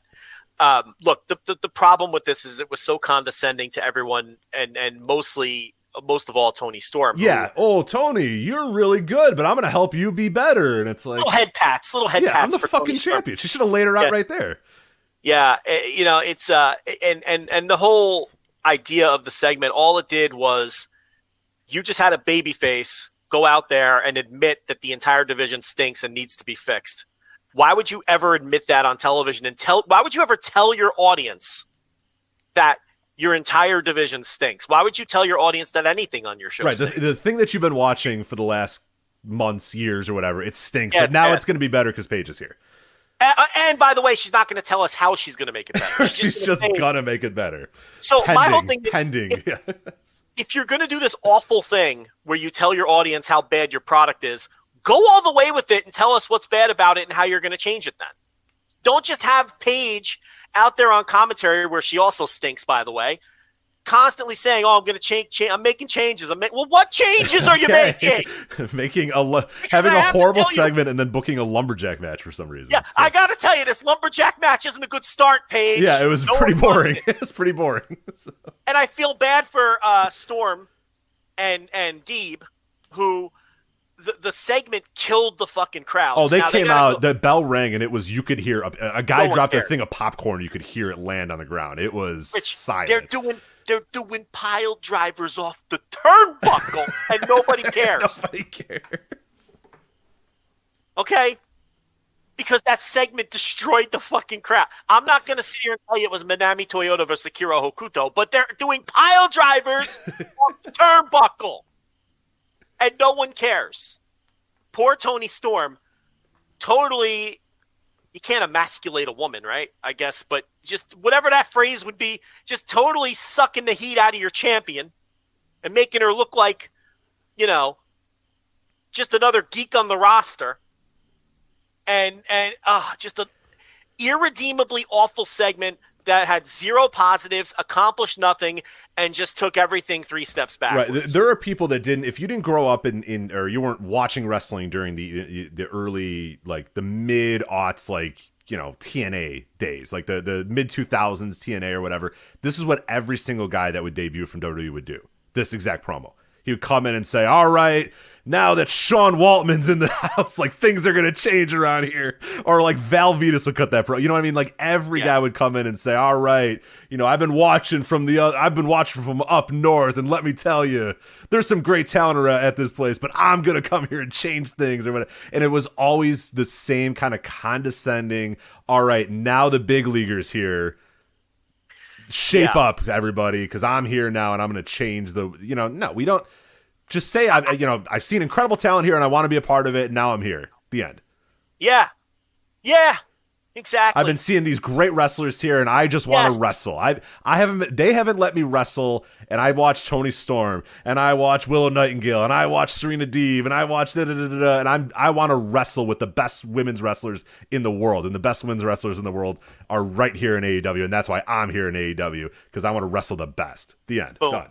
No, instead, hey guys, Paige here. This division stinks. Hi, Sky Blue. Ding, ding, ding. Because she pats around. Yeah. Here's our champion. Her name is Toni Storm. We know what her name is. Yes, this is Toni Storm. Yeah. She's lumping her in with Willow Nightingale and Sky Blue.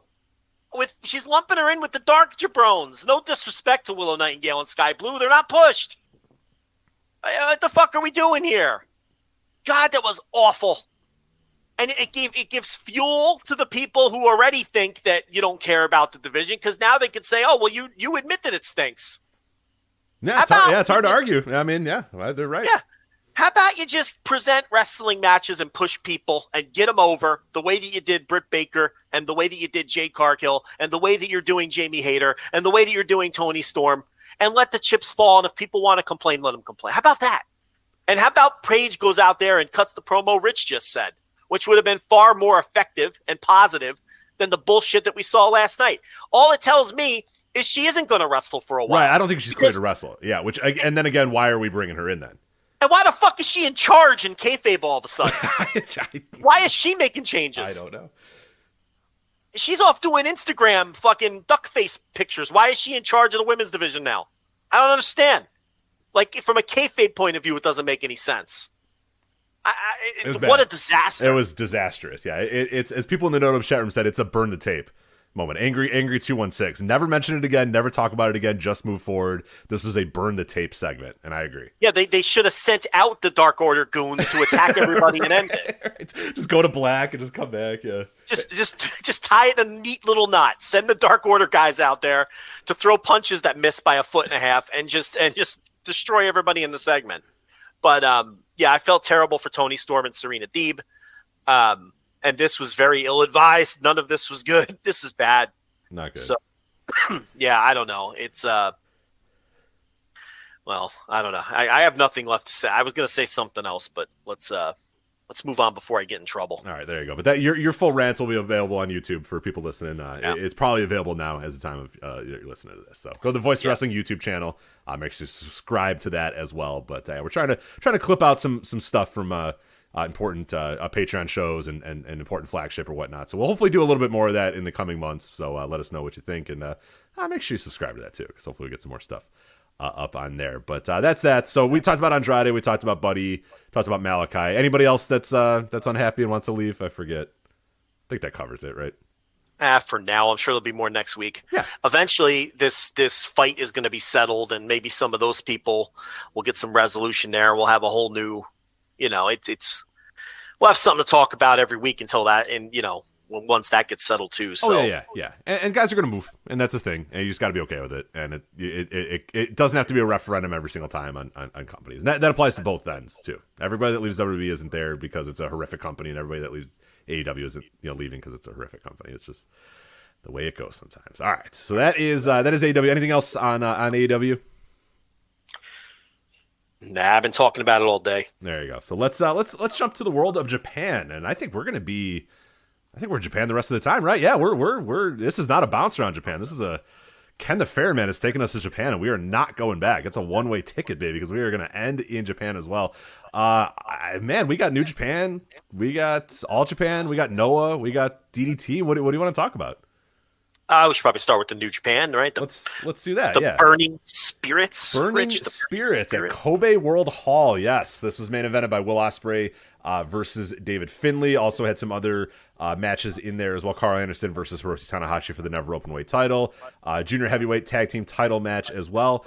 I thought a pretty fun, interesting show. It was still it was a clap crowd, but they're kind of cheering a little bit more. I'm very anxious and ready for full-on cheers to happen in Japan. It feels like the crowds are definitely ready to do it as well.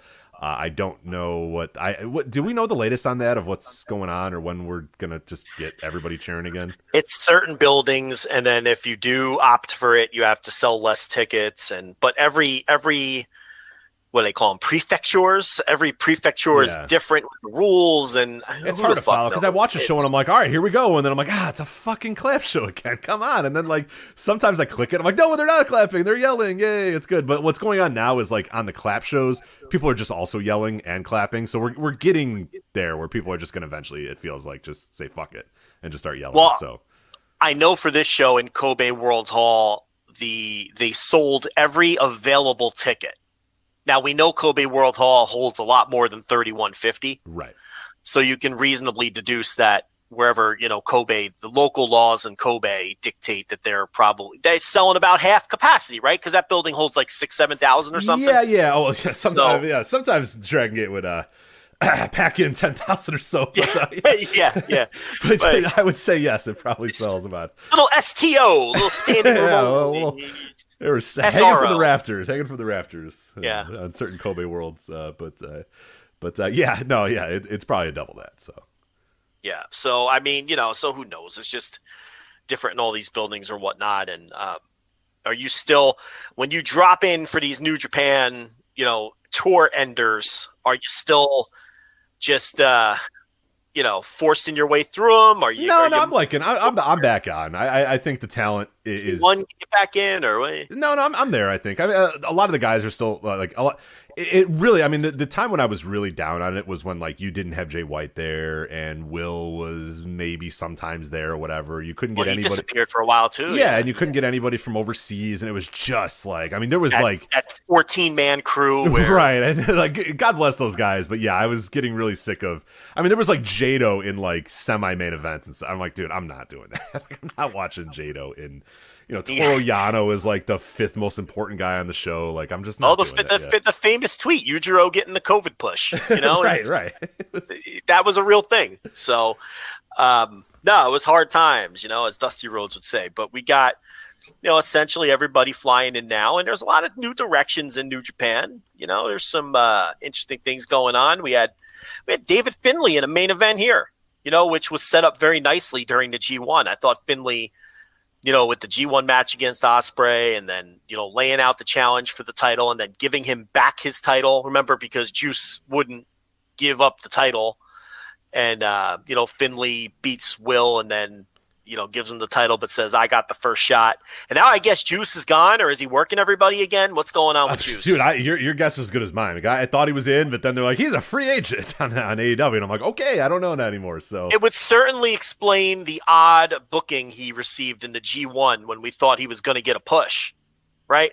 We thought Rock Hard Juice Robinson was set for a big New Japan push, and then he goes like 3-4 or something. Right. It all set up for him to like shock the world and get that big, win the block or whatever. And then, he was just right in the middle. He was like non-factor, so that would all make sense. But this is a guy who has worked us before, so you kind of have to, and I don't know anything, so we'll see. I get the feeling that, they were pushing it on AEW TV. I know that doesn't mean much, but it's not really AEW's job to provide New Japan their kayfabe or whatnot. So they could be. I don't know. I don't know what's going on with that. All I know is we thought Will Ospreay would be feuding with Juice Robinson for the U.S. title, and instead he had a match with David Finley, and it appears Juice Robinson isn't even booked going forward with the company. So I don't know. He didn't get an AEW graphic last night. They don't typically like to do that off of losses, although Bandito, he didn't get the graphic, I don't think, but he did get, after the camera stopped rolling, I think Tony Khan came out and with a contract for Bandito, but I don't know if they've publicly announced anything.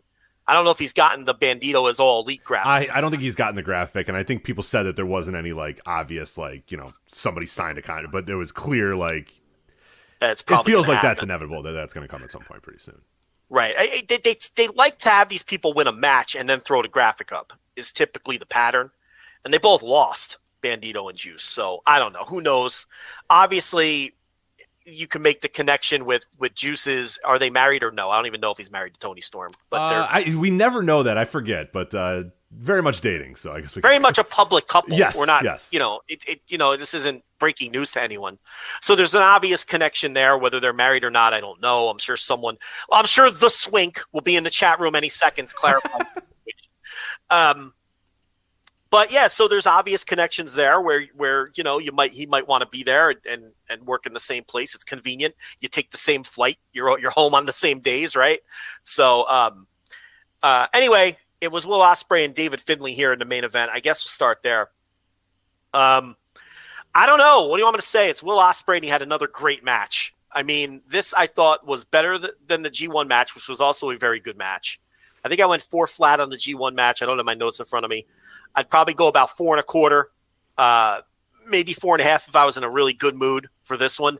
I thought this match was more physical than the G1 match. It was more rugged. Yeah. Because these are two really good workers who understand how to work a match that's a feud as opposed to a match that's a tournament match. You know what I mean? So they work the two matches differently because now these men don't like each other now. So they work the more rugged style against one another. And, it almost went a half hour, but it didn't feel like it dragged at any point. And Will Osprey just keeps chunking along as maybe the best wrestler in the world. What did you think? Yeah, I don't even think it's maybe anymore for me.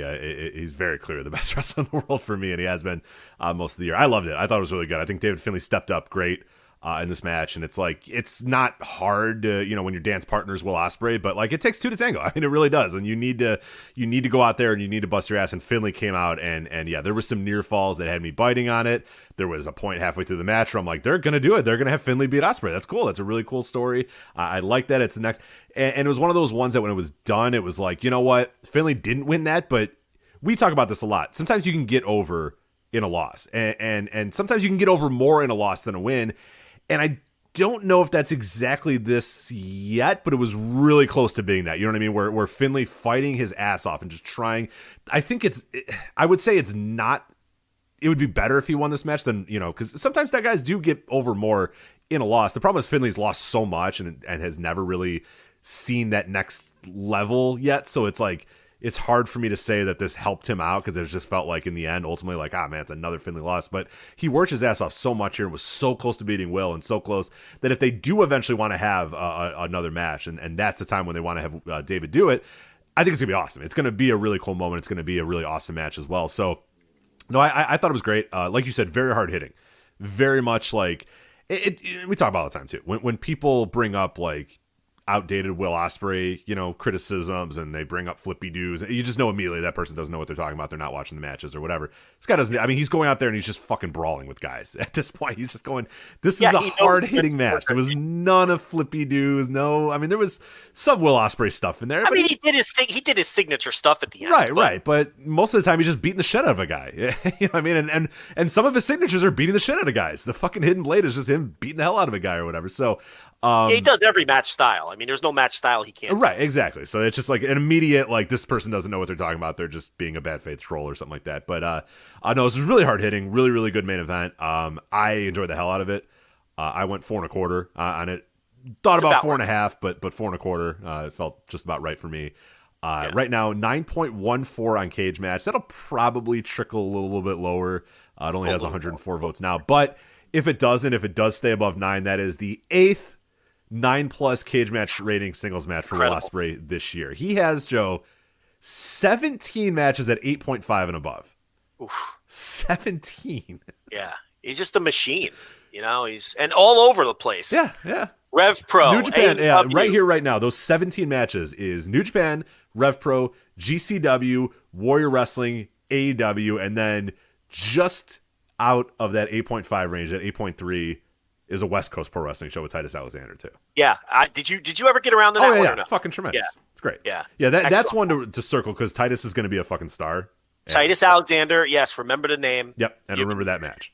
You should know it by now, but I mean, I think a good chunk of our listeners would already be familiar with him. But he's a guy who, if you're not familiar with him, remember the name because he's going to be a real player.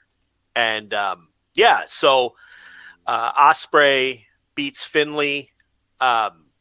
It just, why would they, the only thing that gives me some pause with Juice is why would they seemingly build an Osprey Juice feud if they knew Juice's contract was coming due? Right. That's a little weird to me, but I guess they did have their match at G1. I mean, I don't know, but I'll tell you what, Juice wasn't over in Philly on that TV against Mox. I will say that. Now, I think if Juice were to end up in AEW and you gave him a lot of mic time, he would get over. But it was obvious to me that wasn't necessarily a super hardcore wrestling crowd in Philly, which is weird to say because I don't think they knew who Juice Robinson was. No, they didn't. I think what it is, a lot of people, they probably, even if they are quote unquote hardcore fans or whatever, a lot of those people probably stopped watching New Japan Pro Wrestling when Juice Robinson was still like funny guy dancing around with a bunch of bright primary colors or whatever. And then he comes out here and he looks like the fucking disciple and he comes out to the Bullet Club music. A lot of them probably have not watched New Japan in the last 4 years or whatever. Yeah. And I think that's probably one of it. They see Juice Robinson as kind of a geek and a dork and not what, if you're not keeping up with modern New Japan and keeping up, honestly, with the last couple of months of New Japan, you would have no idea that Juice Robinson, had transformed his character and was this new thing and all that sort of stuff. So I get it from that standpoint. But yeah, he just wasn't, he was not over at any level whatsoever. Because it's weird. Some AEW crowds respond really well to outside talent when they show up as surprises. They clearly know who they are. They get nice pops. Other times it's not, I guess it's just a city by city, crowd by crowd basis, and Philly, I expected them to know who this guy was. Maybe they knew who he was and they just didn't care about him. Like you're saying, because they a lot of AEW fans are used to be big time New Japan fans and don't follow New Japan anymore. Right. Like you're saying, because the last time they watched New Japan, he was, a jabron. Yeah. Right. Yeah. All right. Yeah. That kind of makes sense. We talked about Carl Anderson returning to New Japan, and he's like a C- player everywhere, and he's like a B+ player in New Japan. Well, we might have to rethink that take. He had a never openweight title match here with Hiroshi Tanahashi, and it is some accomplishment to have a 2-star special with perhaps the greatest wrestler of all time who just refuses to slow down. He's like Tanahashi and Chris Jericho, they just won't fucking fade away and stop being great. But I think the key to that is to put them in there with old Machine Gunka, Mr. Questionable Motivation. I was very disappointed in this. Yeah. I thought Carl Anderson would be super energized to be in a New Japan semi-main event, and this match was a nothing match. I'm right with you. Yeah, I didn't hear, because I watched the show a couple days after everybody else did, and I didn't see any discussion about this, so I was like, ooh, I even forgot that this match was happening. I forgot that we were getting a singles, Carl Anderson versus Hiroshi Tanahashi match. So when that got announced, I was like, oh, okay, all right, let's go. And when I'm looking at it on the match graphics, I'm like, hell, that's going to be great. Like Anderson's going to be, free of Gallows, free of the, the anchor that is, Gallows, and be able to go. And it's Carl Anderson, and we've seen him in big time singles matches. Yes, that was a decade ago, but still, we've seen him in big time singles matches. He's delivered. This is going to be great. And when it was over, I was just like, God, how did I get myself so excited about that match? That was just nothing. That was impact effort. That it was, yeah. It was an effort thing too. It wasn't like, it's Tanahashi. Like I know, and again, I know who to blame too. You know what I mean? I'm not blaming Hiroshi Tanahashi because that dude never misses. Like that's a guy who's had how many great matches over the last decade plus, and still now. Right. Like I'm never gonna blame him for a bad match. I'm gonna almost always blame his opponent here. And yeah, this it felt like they went out there and it felt like one of those things where Tanahashi probably had all these ideas and Anderson's like, we'll just call it in the ring, pal. You know what I mean? Like some DDP walking up to a guy with a notebook full of ideas for the match, and they're just going, fuck it, we'll call it in the ring, bud. Like, brother, we'll figure it out, because it was just like, all right, let's have a basic as fuck match, and then it's just gonna be over, and I'm gonna beat you. And I was just like, dude, how do you have a nothing happening match with Hiroshi Tanahashi? Like, you're not going to have, how many more opportunities are you going to have a singles match with Hiroshi Tanahashi? Like, I would go out there with the idea of just going, I don't know how many more of these matches. I mean, we keep saying that for Tanahashi, but I guess it's going to last forever. But there's going to come a time where you're not going to be able to have these kind of matches with Tanahashi anymore. So why would you not cherish that moment? I don't know, different motivations or something. But do we give Carl a mulligan because we liked his return? And he typically works his ass off in New Japan because he respects the company. Yeah, this was something, I don't know, man. Bad night? It bothered me. No, it bothered me. I don't know. Maybe a bad night, but it did bother me when it was done. I was just like, dude, fuck you. Like, how dare you? That's Hiroshi Tanahashi, man. Like, yeah, this is a nothing match. I don't know. Very disappointing because, I thought we were going to get good Carl. I thought we were going to get B+ Carl. That's what so I thought we were going to get. We didn't get that. We definitely did not. I thought do you want to do the No, we'll do the Bullet Club angle after a different match. We'll save the Bullet Club angle. This I thought was the second best match of the night. Francisco Akira and TJP with Gideon Gray. Our guy. I love that he's getting this opportunity. He's great too. He's good at it. Of course he's killing it. He's booked to wrestle in New Japan. I know. Coming up, and he'll be the pin eater, but it's like anyway. So they defeat Master Wato and Ryusuke Taguchi. So a lot of times New Japan with these junior titles will flip them back and forth a million times, but this was, and I was afraid they were going to do that, but this was the right call because United Empire is really picking up some steam as a unit because Okan, of course, anytime that we do get cheering crowds, we can see that fans have really taken to Great Okan. We know that Will Osprey is a top guy now, and United Empire feels like a unit that's a hot unit in the company.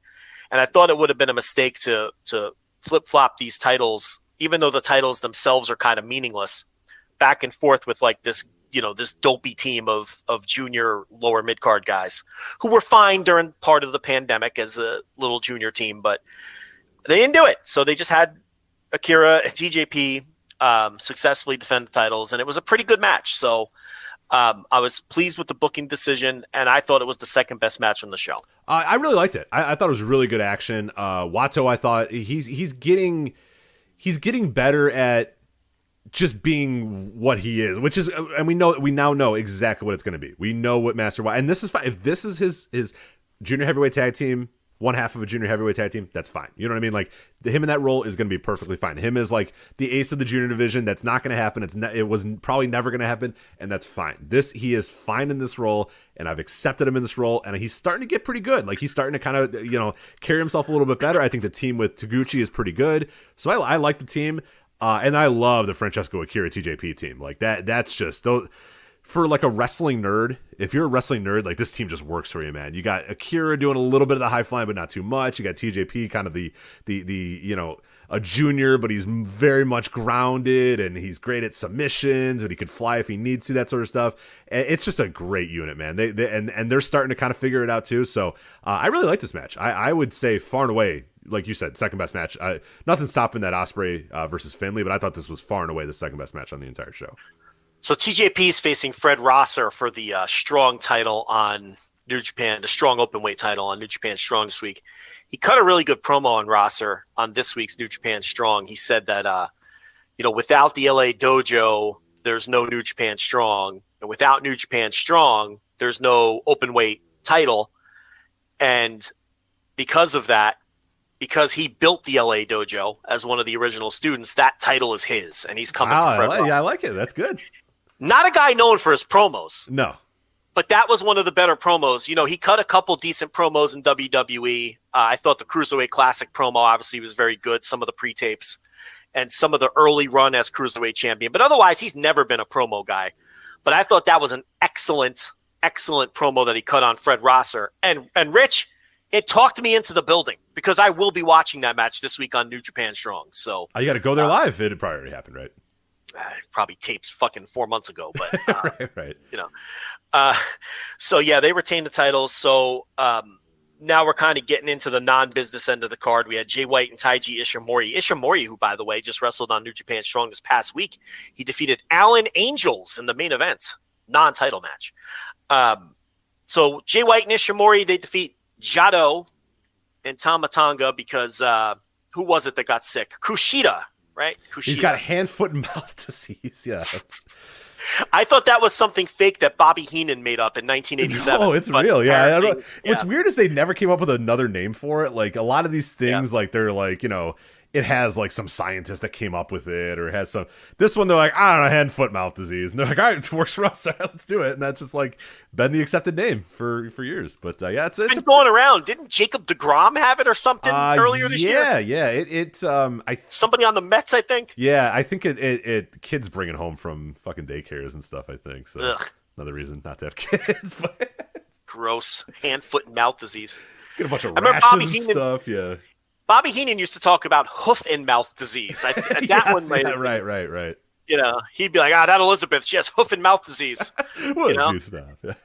So, yeah, who knows? Maybe she did. But so Jado takes the place of Kushida. Bullet Club obviously wins this one.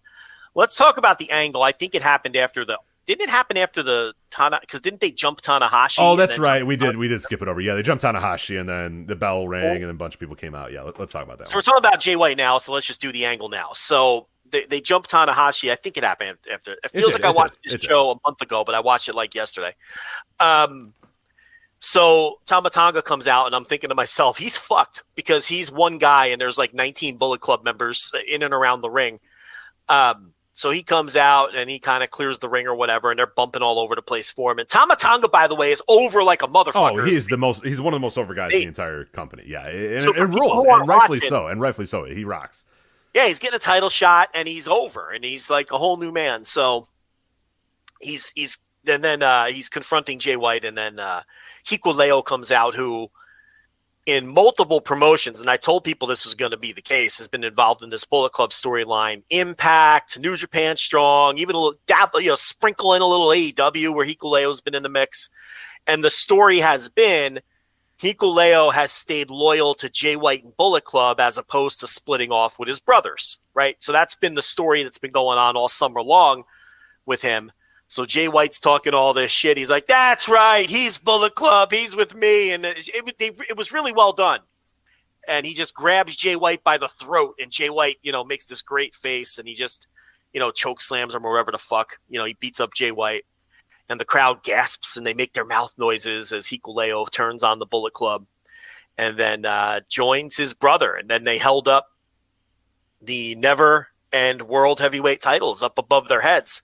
Obviously, Tama Tonga is getting the title shot coming up against Jay White, but it appears as though, to me, that told me that Hikuleo will be going after Carl Anderson in the Never title. So they could be turning up the push on Hikuleo now. And we knew eventually it would happen because he's like 7 feet tall and, and they've been carefully grooming this guy for many years.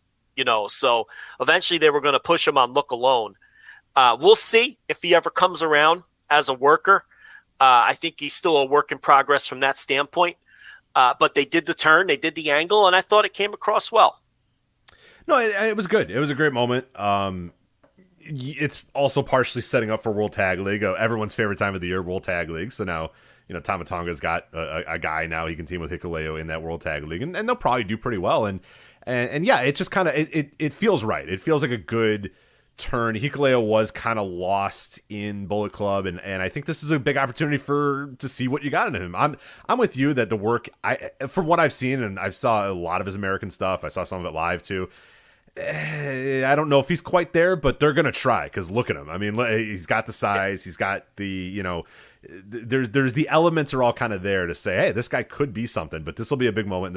These next couple months will be a pretty good tell of, okay, what does this guy actually have? But I think it was a good move. I think it was a smart move. I think you need Tama Tonga to have some backup, and now he can actually be involved in these tag team matches and not just have Jado. Like Jado can't always be the guy that teams with him. You need somebody else too. But now you've opened up trios matches with those three, with Jado, Hikuleo, and Tama Tonga. You've opened up a World Tag League for them. Or even the other brother when he comes back. Right. So it's like, yeah, to me, it was a good move, a smart move. And I think I hope it works. And I do have hope that Hikuleo can get somewhere. Is he going to be main eventing Wrestle Kingdoms? I don't think so. But he's there's a place for him on this roster. So I'm excited to see where it goes. And if that body ever fills out and he can become a decent worker. I mean, how old is he? I forget. We looked this up once, but I forget how old he was. Hikuleo. I don't remember offhand. See if I got it. He is 31. It's about time to do it. I mean, he's a little older than I thought he was. So you can't wait much longer. You gotta, if you're gonna try with the guy, you're good. You gotta try with the guy. Right. So, what was interesting is because of the clap crowds. I don't know if you picked up on this. You kind of got the curtain pulled back a little, and with Tama Tonga doing some veteran shit during this angle. So they lay out the Bullet Club guys, they lay out Jay White, and then because the arena was so silent and the cameras were so close to the ring, and even Kevin Kelly had to help cover for this a little, you heard Tama directing Hikuleo. Like before they embraced and gave the hug, Tama gave him a countdown. like to make sure the timing was right. Yeah. You know what I mean? From back, he was like, you could hear him go 3, 2, 1. All right, go. And then they did the hug. And then when he went around looking for the belt, you could hear Tama going, stay there. Don't move. Like he was doing the veteran thing. And it was like, and it's also his brother. So it came off very endearing. Right. You know what I mean? Right. Like, he's trying to help the guy, and he's the inexperienced one, and he wants to make sure, because he's the veteran and he knows what to do and he understands the timing of these things. And then he gets the belts and he hands him the belt. And then he did another countdown and told him, all right, hold on, 3, 2, 1. All right, hold the belt up. And then they put the belts up. You know what I mean? Like it was a kind of thing where you never would have noticed or picked up on it in an arena full of fans that are, screaming and yelling and making noise. But because of the nature of the COVID crowd, it wasn't like a botchamania thing to me. It was a charming thing to watch Tama Tonga help his brother get through the angle and do everything properly and get through his biggest moment. Let's make this biggest moment the best it can possibly be. So listen to me. I'm the veteran. I'll get you through this. So right. It was kind of heartwarming watching. Yeah, right. Wait there. All right, now a hug.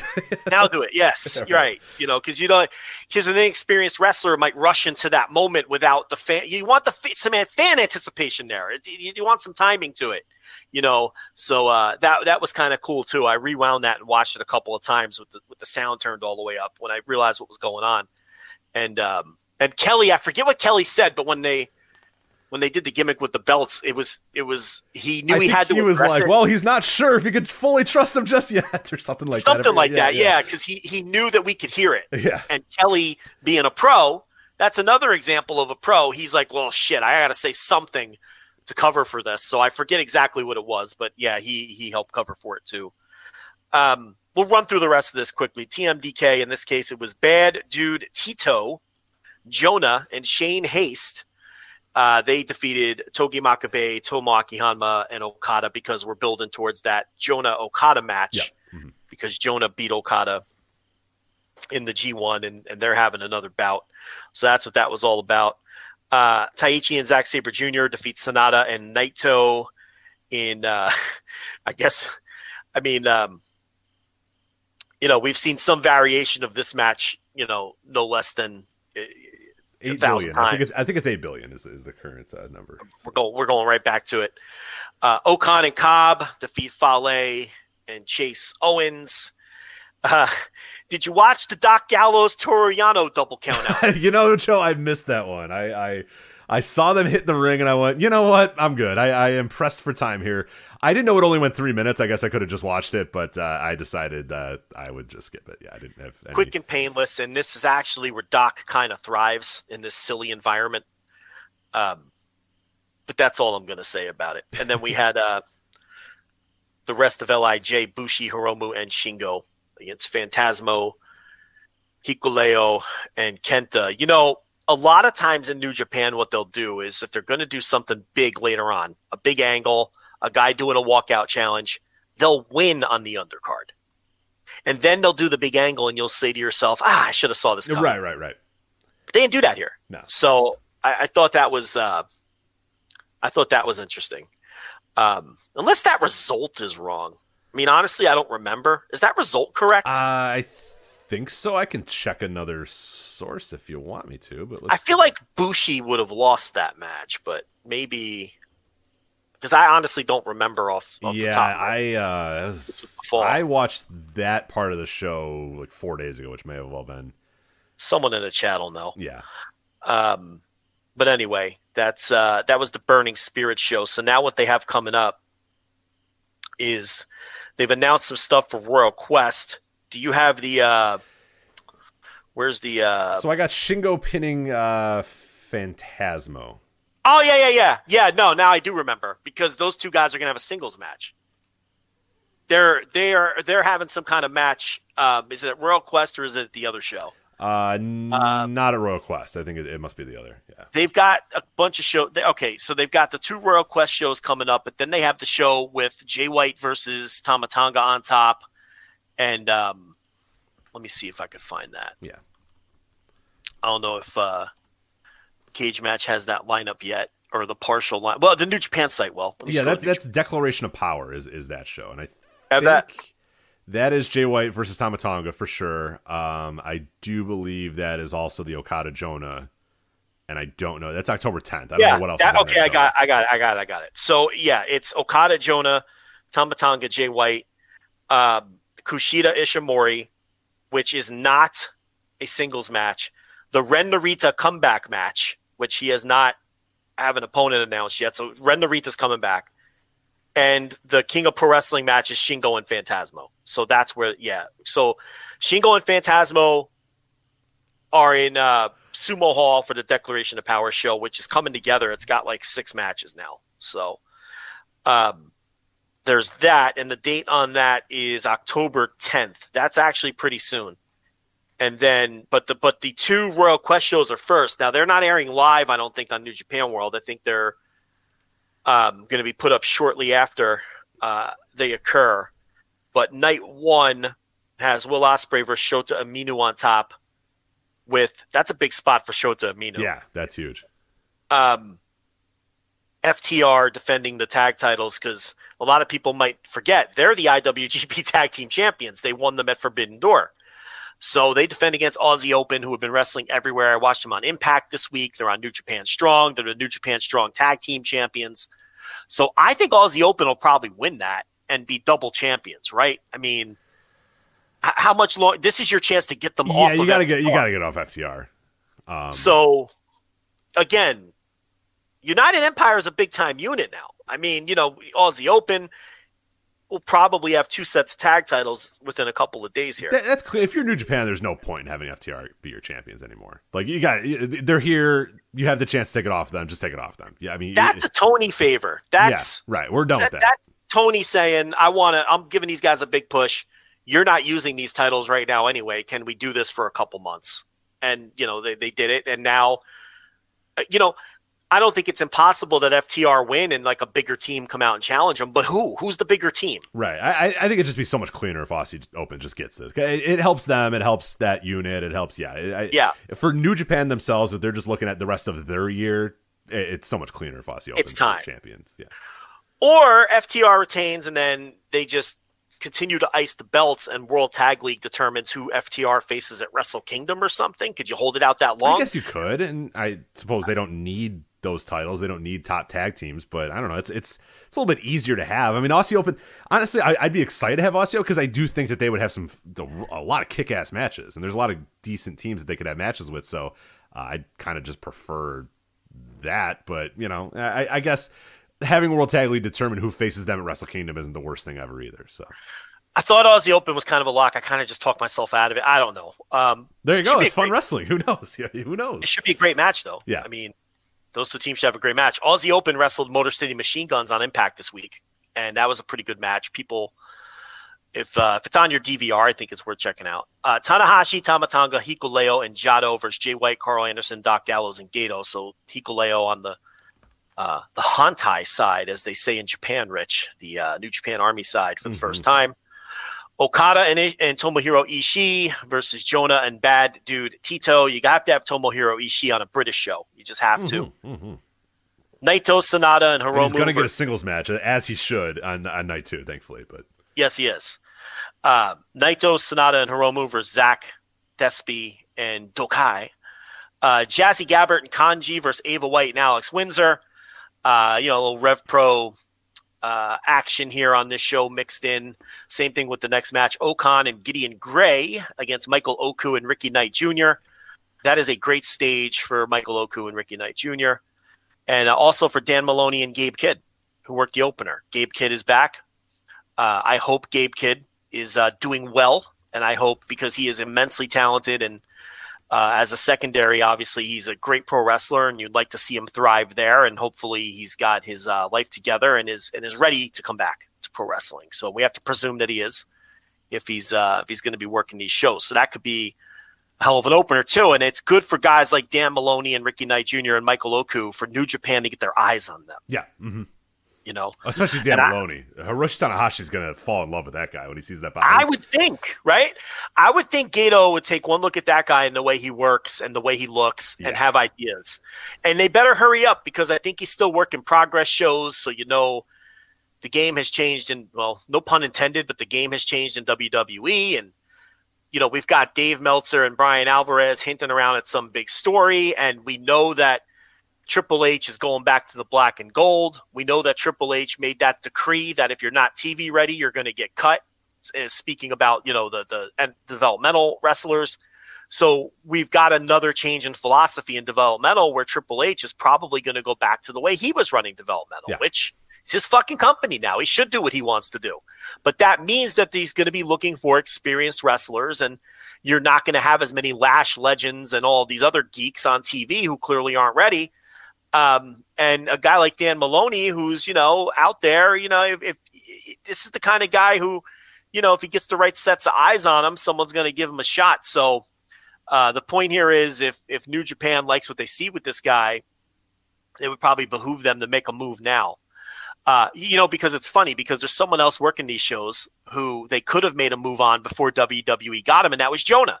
They had a chance to get Jonah Rock years ago when he worked that Australian New Japan tour, and they passed on him. And he ended up in WWE. And, eventually he ended up back in New Japan.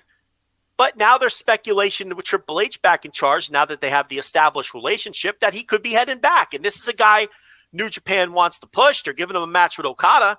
TMDK is a unit in the company. But now there's this danger that he could be headed back to WWE. Right. So it's important.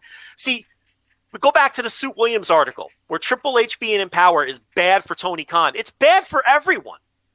You have to be a guy like Dan Maloney. You wouldn't have to think about when Vince was in charge and Triple H was out of the picture. But now that's the kind of prospect. Any prospect now, you have to. WWE is a real player again. Right now, WWE likes good wrestlers again. They're not just, you know what I mean. So if it's a good wrestler, regardless of what they look like or what they talk like or what they wrestle like or whatever, though, if he's a good wrestler, if she's a good wrestler, they're gonna like him just as you're gonna like him. There was a long time where you could say, "Oh my god, like we have the picks of whoever we want here." Picks of the litter. Yeah, we have the picks of the litter because they're not gonna, this guy. He speaks with a British accent. They're not gonna want him. He's a great wrestler, but he speaks with a British accent. He looks the way he does. That's over now, man. Everyone's looking at the same talent, and everybody understands the same talent now for the first time in a very, very long time. So yeah.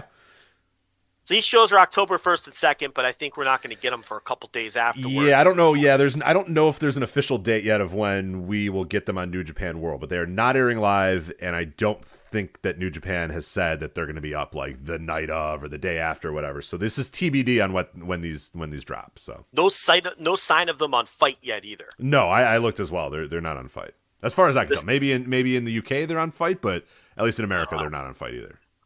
Night 2 has Naito versus Sabre. For the U.S. title #1 contendership. So again, it's not looking good for the juice because now Osprey is going to move on to one of these guys, right?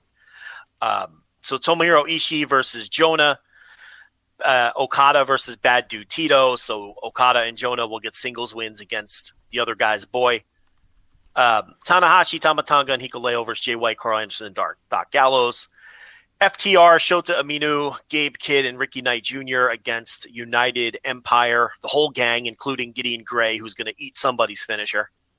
First round match, IWGP Women's title, Jazzy Gabbert versus Ava White. I don't know if have I talked about what the office's plans are for the IWGP Women's title yet on this show. I don't remember. I don't think you have, so go for it. So this is more for international shows.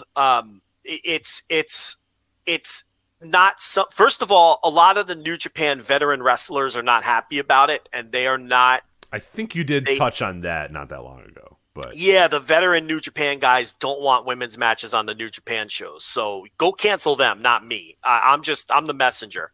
But they, that in Japan, that's not how it's been done.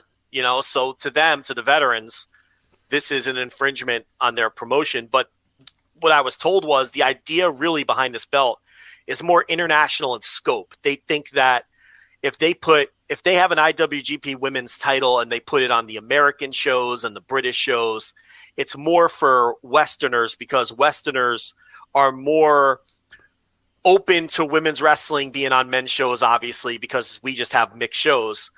And it's more of a hook for us than it is for the Japanese fans. And it's more of, we're going to expose the Stardom talent to the Western fans because we think Stardom can really break big in the West. That's the mindset. Right. And I don't think it's the worst idea. No, they're not. They're probably right. not wrong. And there's probably data backing that up as well. And they could probably look at Stardom World subscriptions and who's watching what and all that sort of stuff. And maybe, you know, start to gather. And again, I think that's a very smart, like a really, really smart plan from them is understanding, yeah, it's kind of weird and different or whatever to do this on New Japan proper shows. So let's use it more as, you know, fan service for Western fans who are, like you said, used to the integration of men and women on wrestling shows or whatever. And also are, you know, by and large, there's a lot of Western wrestling fans that have gotten really heavy into Joshi over the last couple of years, Stardom in particular. And so, yeah, go for it. You're going to see the matches on New Japan shows in Japan too, but the emphasis is going to be for Western. This is for Western fans. Right. And this belt, you know, I don't want to throw names out of veterans who aren't happy about this because I wasn't given names. I was just told that some of the veterans aren't. You could probably figure out who they are, though. I'm not going to say the names because then Reddit is going to say that I said that insert name here doesn't want women's matches on New Japan shows. But you could probably figure out who these traditional veteran New Japan wrestlers are who aren't too thrilled with this. But at the same time, it's, you know, it's not necessarily for the Japanese fan base because from the Bushiroad perspective, the Japanese fans know about Stardom. They know about the Stardom wrestlers. They're trying to expose the Stardom wrestlers to the Western audience, and they think there's opportunity there. So anyway, there'll be a first-round match on this show. Sonata and Hiromu versus Ethan Allen and Luke Jacob, and Despian Doki versus Michael Oku, and Robbie X getting a big opportunity on a New Japan show as well. So those two shows will be this week. Has his body changed this month as well? I haven't seen him in like a month, so I don't know what his body's like this month. I mean, the last time I saw him, he was out of granite the last time. He was in tremendous shape. I mean, he looked great. But, you know, who knows? Maybe he knew this was coming. So, you know, big opportunity for Robbie X as well. He was a nice little worker who just has never really had a great look or much charisma. But so we'll see.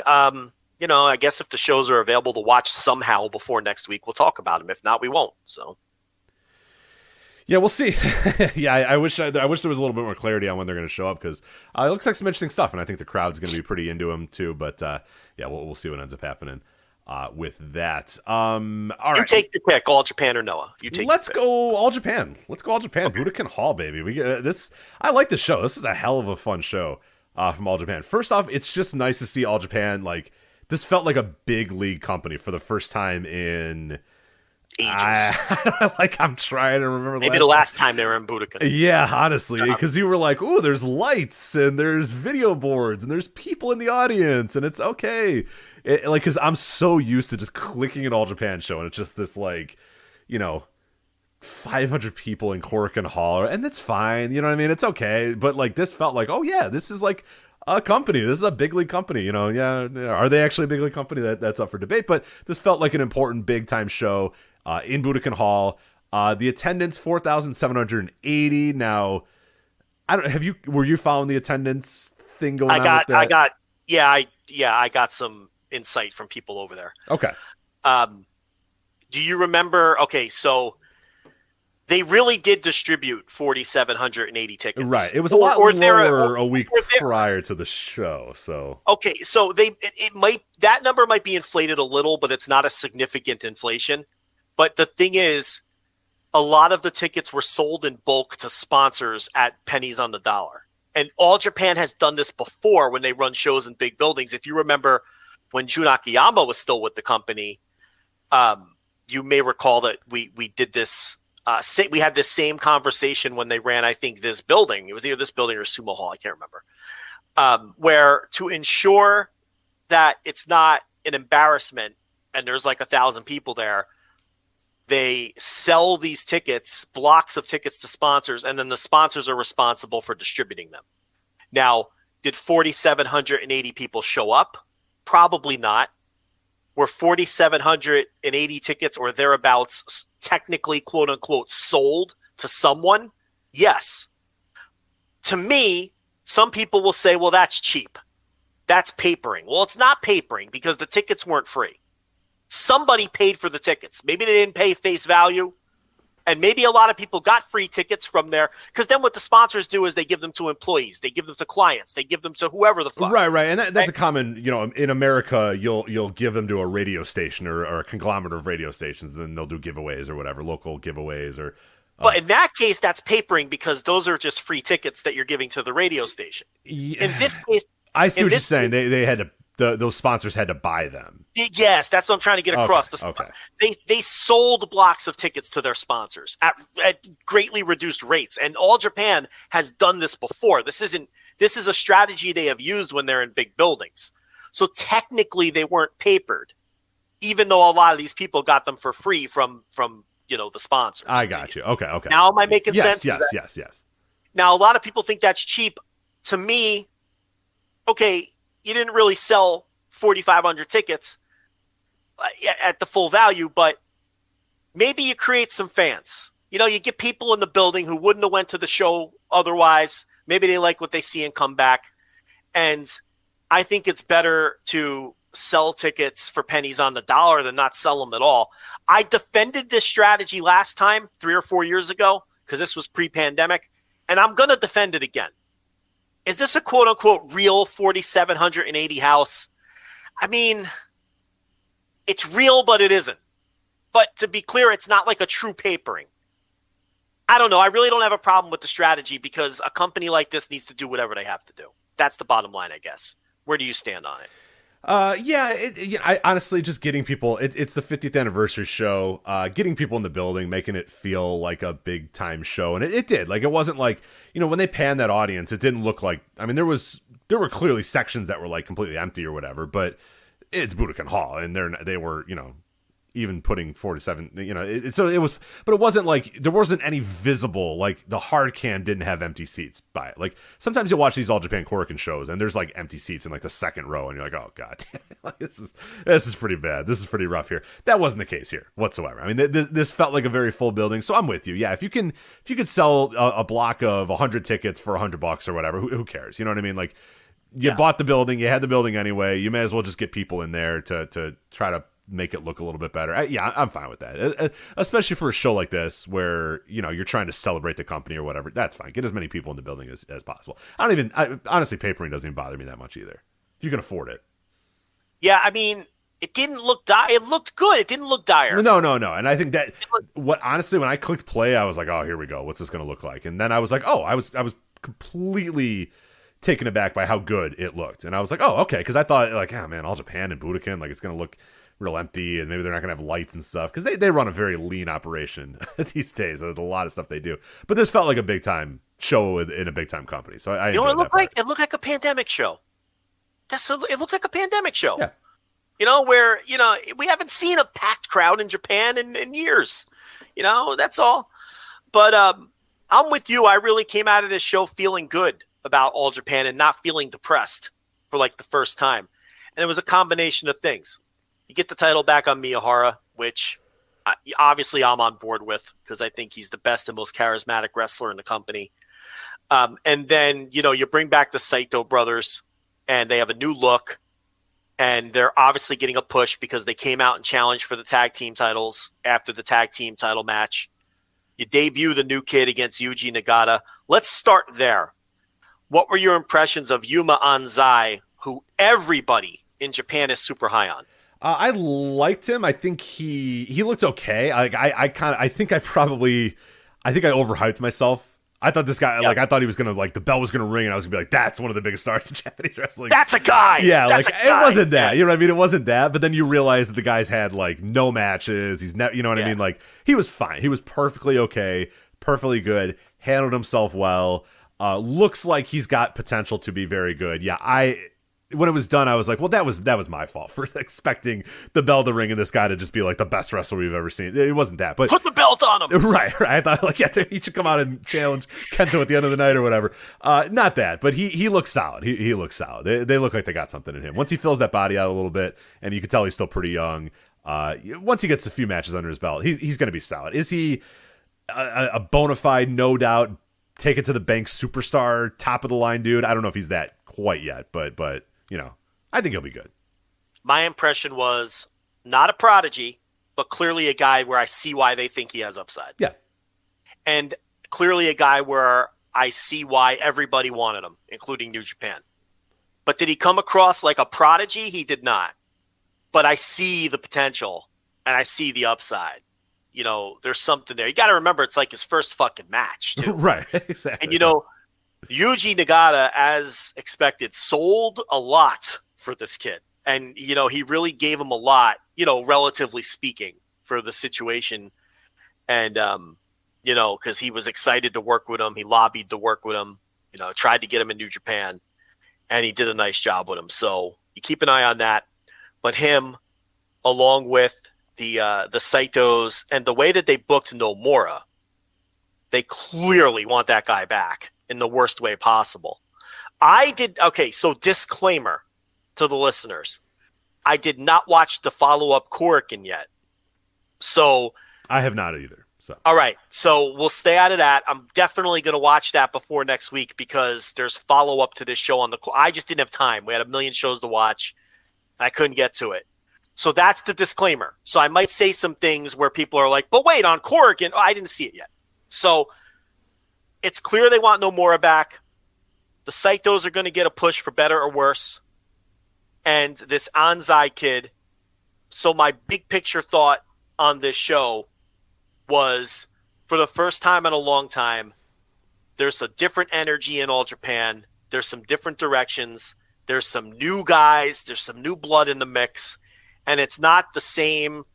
They were starting to feel like the old Portland wrestling crew with like the same 12 wrestlers on every show. Yeah. Oh, yeah. The same 3 guys trading the title back and forth. We never get anything fresh. Jake Lee never really happens. He's at his absolute ceiling at this point with his heel shtick. I think we all accept that. But now there's a little injection of life. That's how I came away.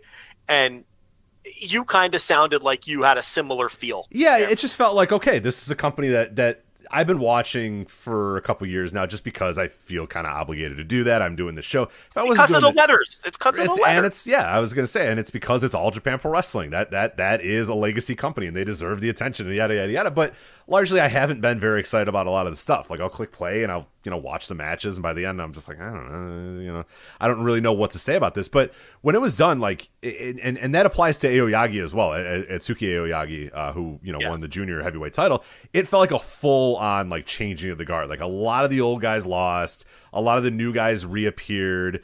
Yume Aoyagi beat Christopher Daniels. That was cool. Anzai appeared. That was cool.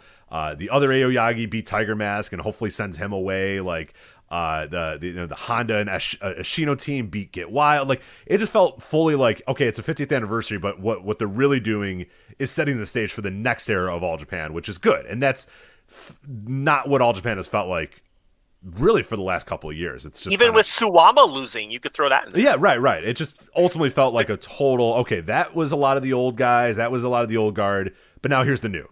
And that's a perfect opportunity. That's what you do with a show like this. And that's why you don't mind giving up 500 tickets for $500 or whatever right. It's going to be, because you want to get people in the building and hopefully get them excited to say, well, okay, there's some interesting stuff going on here in All Japan. If you come at them and it's voodoo murders and Suwama wins the title and all that stuff, like, that's going to bore people to tears. But they pretty much across the board on this show, it felt like, obviously, Minoru Suzuki and Yuji Nagata were going to win their matches, but I think they put both guys over in defeat as well. But pretty much everybody else on the show, it felt like the people winning were like, all right, now here's what's in the future of this company. Yeah, here's what's next for this company. It felt like not Noah. Right. That's what it felt like. Let's run through it quickly. So Kento Miyahara wins the title from Suwama in the main event. I did not think it was a great match. I thought it was a good match. Yeah, it was. Suwama's. I don't know, man. He usually over delivers to my expectations because I bury the guy and then he's pretty good. I just don't know if he's that guy anymore. Yeah, it was fine. It was okay. I like that it was only 16 minutes and Kento just got the win. Again, they didn't try to trick you too much and, oh my God, Suwama's going to do this. It was like Kento just kind of beat him. You know what I mean? They wrestled, and when Kento put him away, he just put him away. And that's fine. Sometimes that's okay too.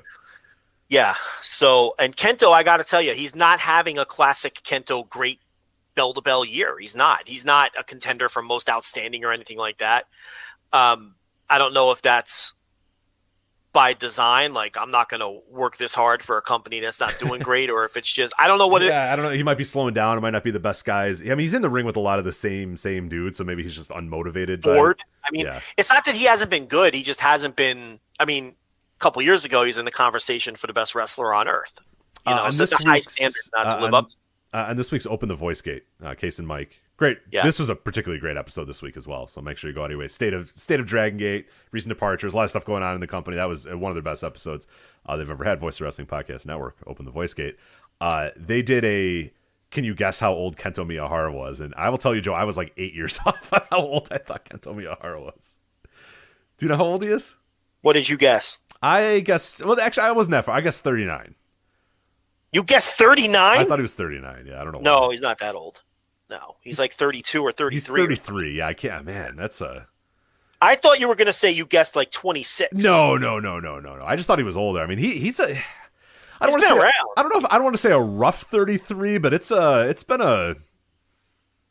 It's a lot of work. There's a lot of bump cars on that 33. I mean, I think he still is the same guy. I just don't think he's putting in the same effort. Yeah, I agree. No, I'm not saying that he's like on death's door. Not even in a lazy way. No. It's just, I just mean he's had so many different paths of his career that it's like, I could see him just being bored by like the whole thing. You know what I mean? He's been around forever. I mean, you could take him all the way back to the Burning versus KO feud. That's what I'm saying. Like, yeah. So it's like he's been around and he's been in my conscious forever. So I could get this guy being like, yeah, fucking Suwama again, man. Like, what do you want him to do? What do you want him to do in another Suwama match? Like, you know. So I use that as an excuse, not to say that he's like broken down and battered and beaten or whatever. Just that I could get how he'd be kind of bored if it's like, dude, all right, I'll fucking Suwama for the Triple Crown. All right. Like, how many times has he faced Suwama for the Triple Crown? Like, I get it. I get how you could, you know, maybe not be all the way in on excitement level for a match like this. Yeah, so he wins the title. Then he had the number one contender match with Naoya Nomura beating Jake Lee in like 30 seconds. And, you know, so they do the shock finish there. More of these. I want Japanese wrestling to have. I want all of wrestling to have more of these. I know that Gerard, who did the review for VoiceWrestling.com, theorized that maybe the show was running long or whatever, and they kind of went out there and said that. Even if it wasn't, like, I like it. It's perfect. I think it makes Jake Lee, you know, it embarrasses him, which I think is cool and funny. And then, like... And fits. Yeah, and fits. And Nomura, you're trying to, you know, be like, hey, please come back. We'll give you a big win in a minute. So that works. But then also, I think it's, like, not bad that a guy just wins in a minute. That's not always the worst thing to me. So I wish more of this would happen. It definitely gets your attention rather than he just wins an 18-minute match. Right, exactly. So, again, I didn't watch the Korakuen, so I can't say much more. It's just Nomura has become a weekender. He finagled his way out of this company, and we talked about it at the time. Now he's kind of like a weekend warrior with these grimy indies, and he's been poking his head into All Japan. I think they probably want him back, but we'll see. You talked about the junior title. Aoyagi defeats Tiger Mask. It was time to. Oh yeah. But this I would the Tiger Mask thing, which was fine. This is my favorite of Tiger Mask's All Japan matches. I thought he was solid here, and I thought Aoyagi been was good on this run. I mean, I've enjoyed everything he's done. The best thing about this match was Ninja Mac coming out for the challenge, and then he does like 7 backflips to exit the building to total silence because it's clap crowd and it's Ninja Mac and I don't know what to make of him. He's been working prelims.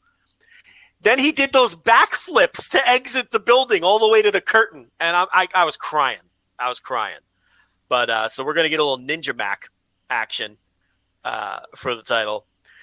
I thought that this GOA versus Get Wild tag title match rocked. Yeah, it did. Like, look at those guys. Those are Get Wild fucking rocks. All-time great tag team. We know you're the Get Wild. I'm the Get Wild guy, man. When they did that promo package before, I got a little teary-eyed. You know what I mean? They did the whole Get Wild story. I was like, teary-eyed. I was like, oh god, here we go.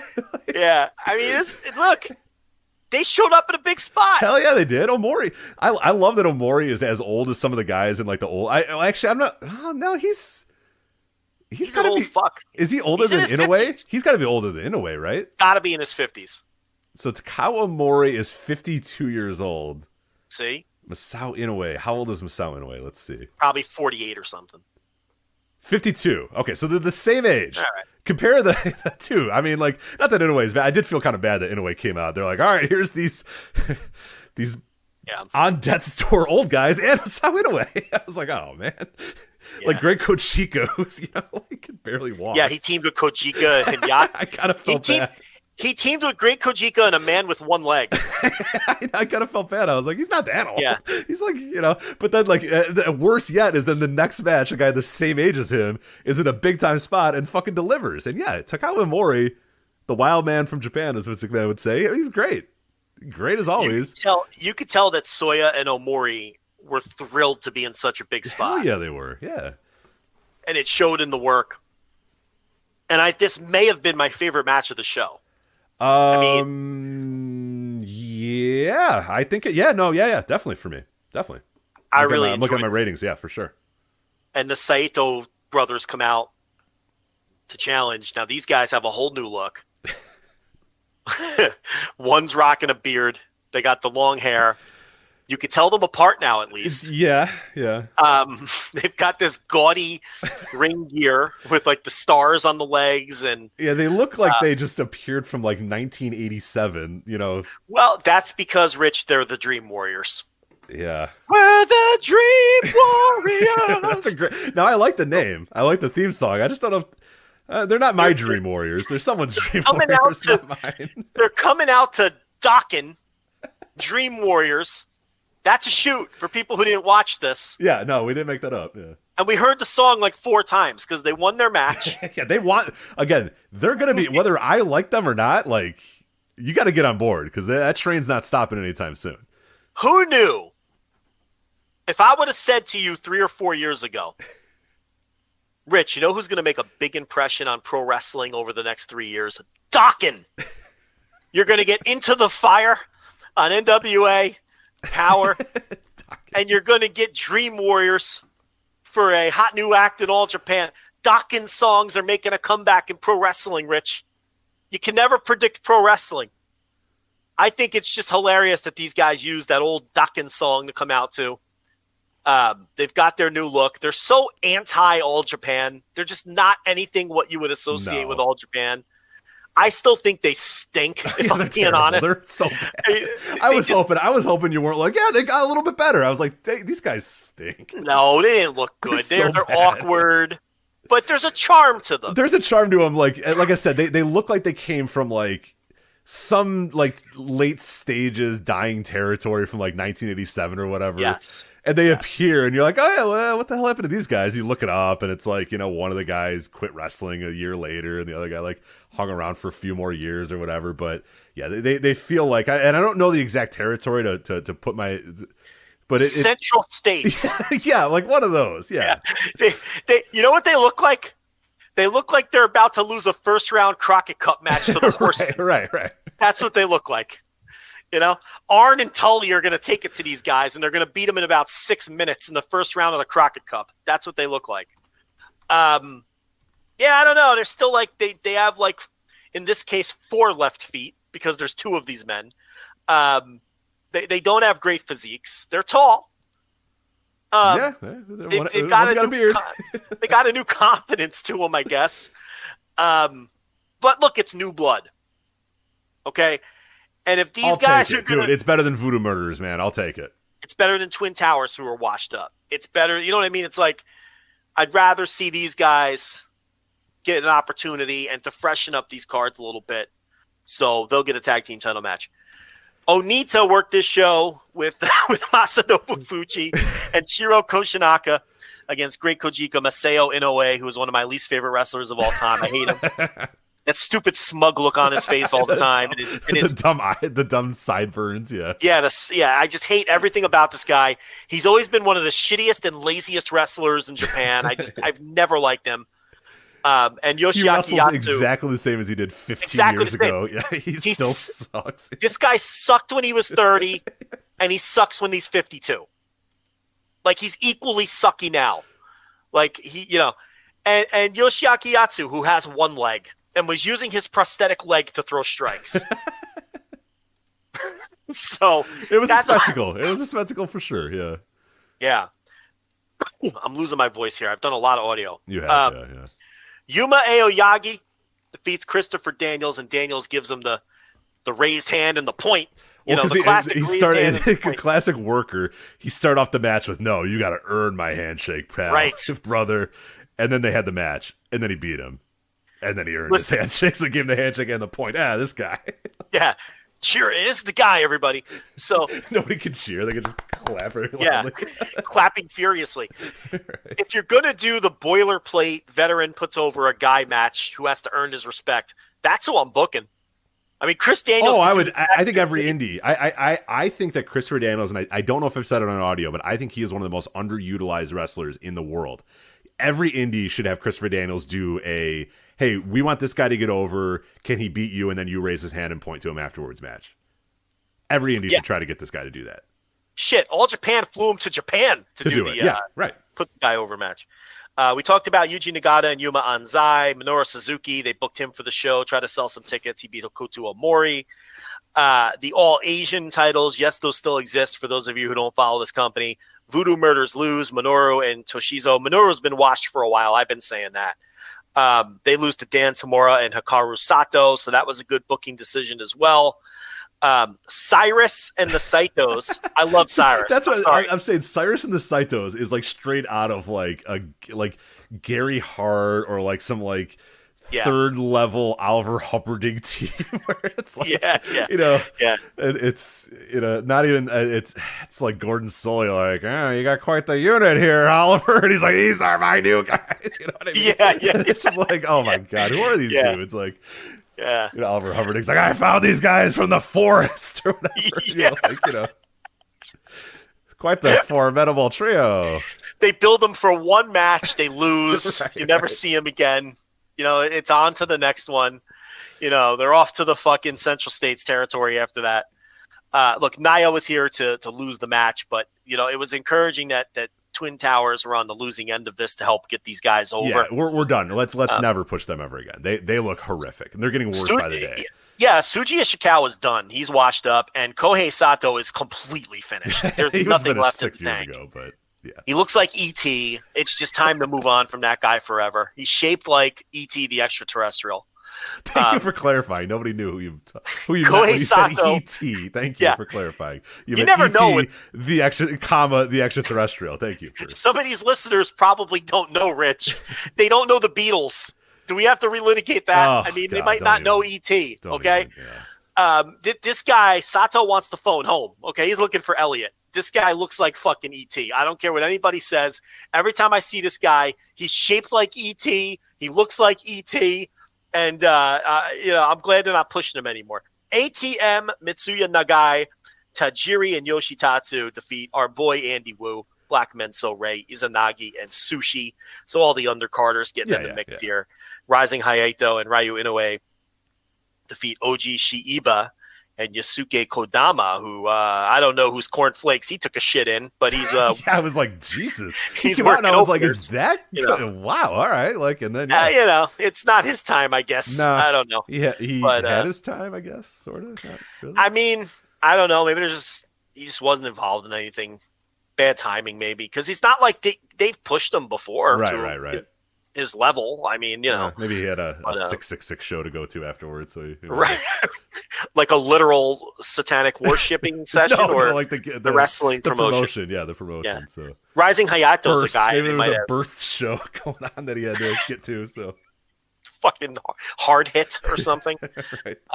That's more like, that's not really dirty wrestling. That's more like wannabe shoe wrestling. Nobody cares. Yeah. This is like, what's the one that did the Andy Wu anniversary show that we laughed about a couple of months ago? I forget. Was that Colega? No, it wasn't Colega. It's like V-Star or something like that. I've never watched it, but I was just amazed that they were trying to sell tickets on the back of an Andy Wu like 10th anniversary show. Yeah, they run in the basement. Promotion. Yeah. They might, you know what? They might run in the Colega state. I'm using stadium loosely here. In the Kaliga studio, I should say, is probably the best way to. Kaliga's still going, man. Every day? No, but like 3 or 4 times a week. Wow, good for them. Vamos Star. Yeah, that's the one. Yeah, thank you, Gerard. Vamos Star, yes. Yeah. Which is just also Kaliga, right? It's like the same people that were Kaliga, so I don't know what the... Whatever. But yeah, they I'm looking at it now. They did a Vamos Star Andy Wu 10th anniversary in Osaka. So I'm sure they were hanging from the rafters there for the Andy Wu 10th anniversary in Osaka show. So why you got to take shots at Andy Wu? no, I love Andy Wu. I just this is an Andy Wu podcast. It is an Andy Wu podcast. Yeah, we respect Andy Wu here. Taz was probably there, to pay his respects. Maybe on a video they did an Andy Wu. But yeah, it just seems, I don't know. Yeah, it doesn't seem like he'd sell that many tickets, but maybe I'm wrong. So, all right. Noah Grand Ship. Yeah, Sorry. What are you talking about? Noah Grand Ship in Nagoya Pro Wrestling Love Forever 2 Outbreak? That's exactly what I'm talking about. Good. 1,933 people in the renamed Dolphins Arena in Nagoya. I think this is a disappointing number, honestly. I mean, I understand it's a COVID number. It was almost 2,000 fans. That's what Noah's... we've seen somebody's tweeting at Dave, "Hey, we almost got 2,000 people in the building." All right. We've seen over 3,000 people in this building for World Tag League shows. I know that's New Japan, but it's not like the World Tag League is, fucking a huge hot ticket. I mean, I don't know. When you consider that this is the last time, quote unquote, that Muto's ever going to wrestle in the city, and he's doing one of his retirement matches, and you have Kaito Kiyomiya challenge you for the title, who, allegedly, Muto helped to put over as the next big thing. To me, this is a disappointing number. That's my take on this attendance. I don't think that they should be thrilled with this at all. And, it's not. I'm not one to say I told you so. I'm a humble man. But moving forward, it's possible that they geeked out this kid just way too much with Muto, and the win turned out not to mean anything. But I'm just gonna sip on my tea over here, and is that proper use of that meme? I don't. Yeah, I'm not sure. I'd like to not know, but yeah, you can go and sip on your little.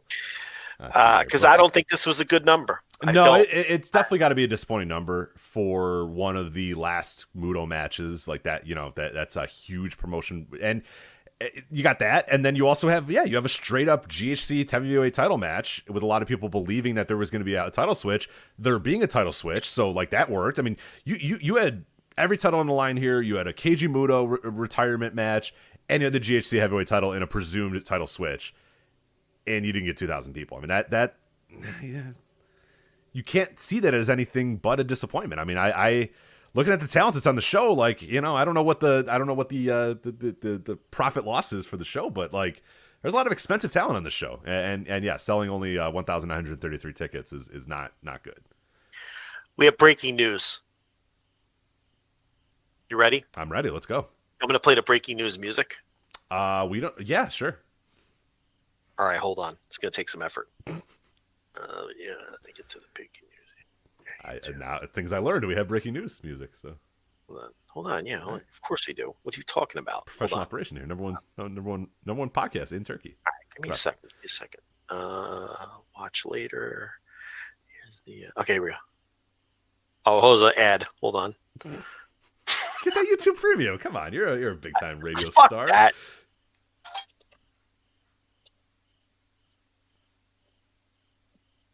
You should just tell me what the song is. I got the YouTube Premium.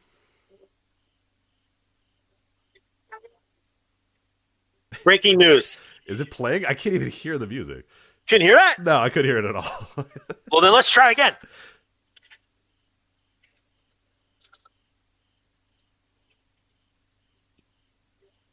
Breaking news. It's barely audible, but sure. Go on. So apparently on the follow-up Korakuen, Tsuji Ishikawa has dumped E.T. Oh. Kohei Sato, and he's now formed a tag team with Cyrus. What? Yes. Yes. I love it. I'm in. That was worthy of the breaking news music. That was worthy. Hell yeah. All right. I'm in. Cyrus. I don't think anyone's going to stop them. How could no one hear the breaking news music? Nobody could hear it. Turned up all the way. Nobody could hear it. I've done that gimmick before where I just, Anyway, what the hell were we talking about? Oh, okay. So the Noah show. So Kaito Kiyomiya wins the title from Kano. Kaito Kiyomiya and Kano is one of my favorite pairings in wrestling, along with Kano and Katsuhiko Nakajima. Kiyomiya and Kano doesn't quite have the nastiness and violence of Kano and Nakajima, who I think maybe even shoot fight each other in half of their match. They look like they're actually literally killing each other. So. But it's still one of my favorite pairings in wrestling, and I have to tell you, they've probably wrestled 8, 9, 10 times in singles matches over the last few years. This was my least favorite match that they've had. Yep, that was going to be my hot take. I was really curious if you were going to, so I ended up watching this live too, because so I was watching. I woke up like very, very early on because our flight had come back on Saturday, and like we were up for like 24 straight hours. So I went to bed at like 5 p.m. on Saturday because I was just burnt and done. So I woke up at like 2 a.m. on Sunday morning and was like, I'm just gonna. What's on? And New Japan was on. I was like, all right, cool. So I'll watch New Japan. The second Will and David Finley left the ring for their match, when that match was over, I switched over to Noah, and this match was hitting the ring. It was perfect. And I was like, oh, hell yeah. I'm going to be, because I watch so much wrestling spoiled. Like 95% of the wrestling I watch is spoiled because it's like, I'm not watching in the middle of the night. I'm not waking up, and I have to put results up for the website, or I got to put things up on the site. So it's like I'm constantly getting spoiled by this stuff, and it's fine. It is what it is. I was like, fuck yeah, it's Kaito Kiyomiya and Kano. These guys have had great matches with each other. I'm gonna be able to watch it unspoiled. It's all here, and I think these guys could wrestle 100 times, and I think it would be better 99 of the other times. This might be the worst that these guys can do, and that's still. I mean, it was fine. It was a fine match, but like, you know what I mean? Like, these guys are capable of so much better, and we've seen them be capable of so much better. We've seen them have so much better matches, and this just felt, I don't know. There was just, when it was over, I was like, all right, yeah, that's that. I don't know. I have no.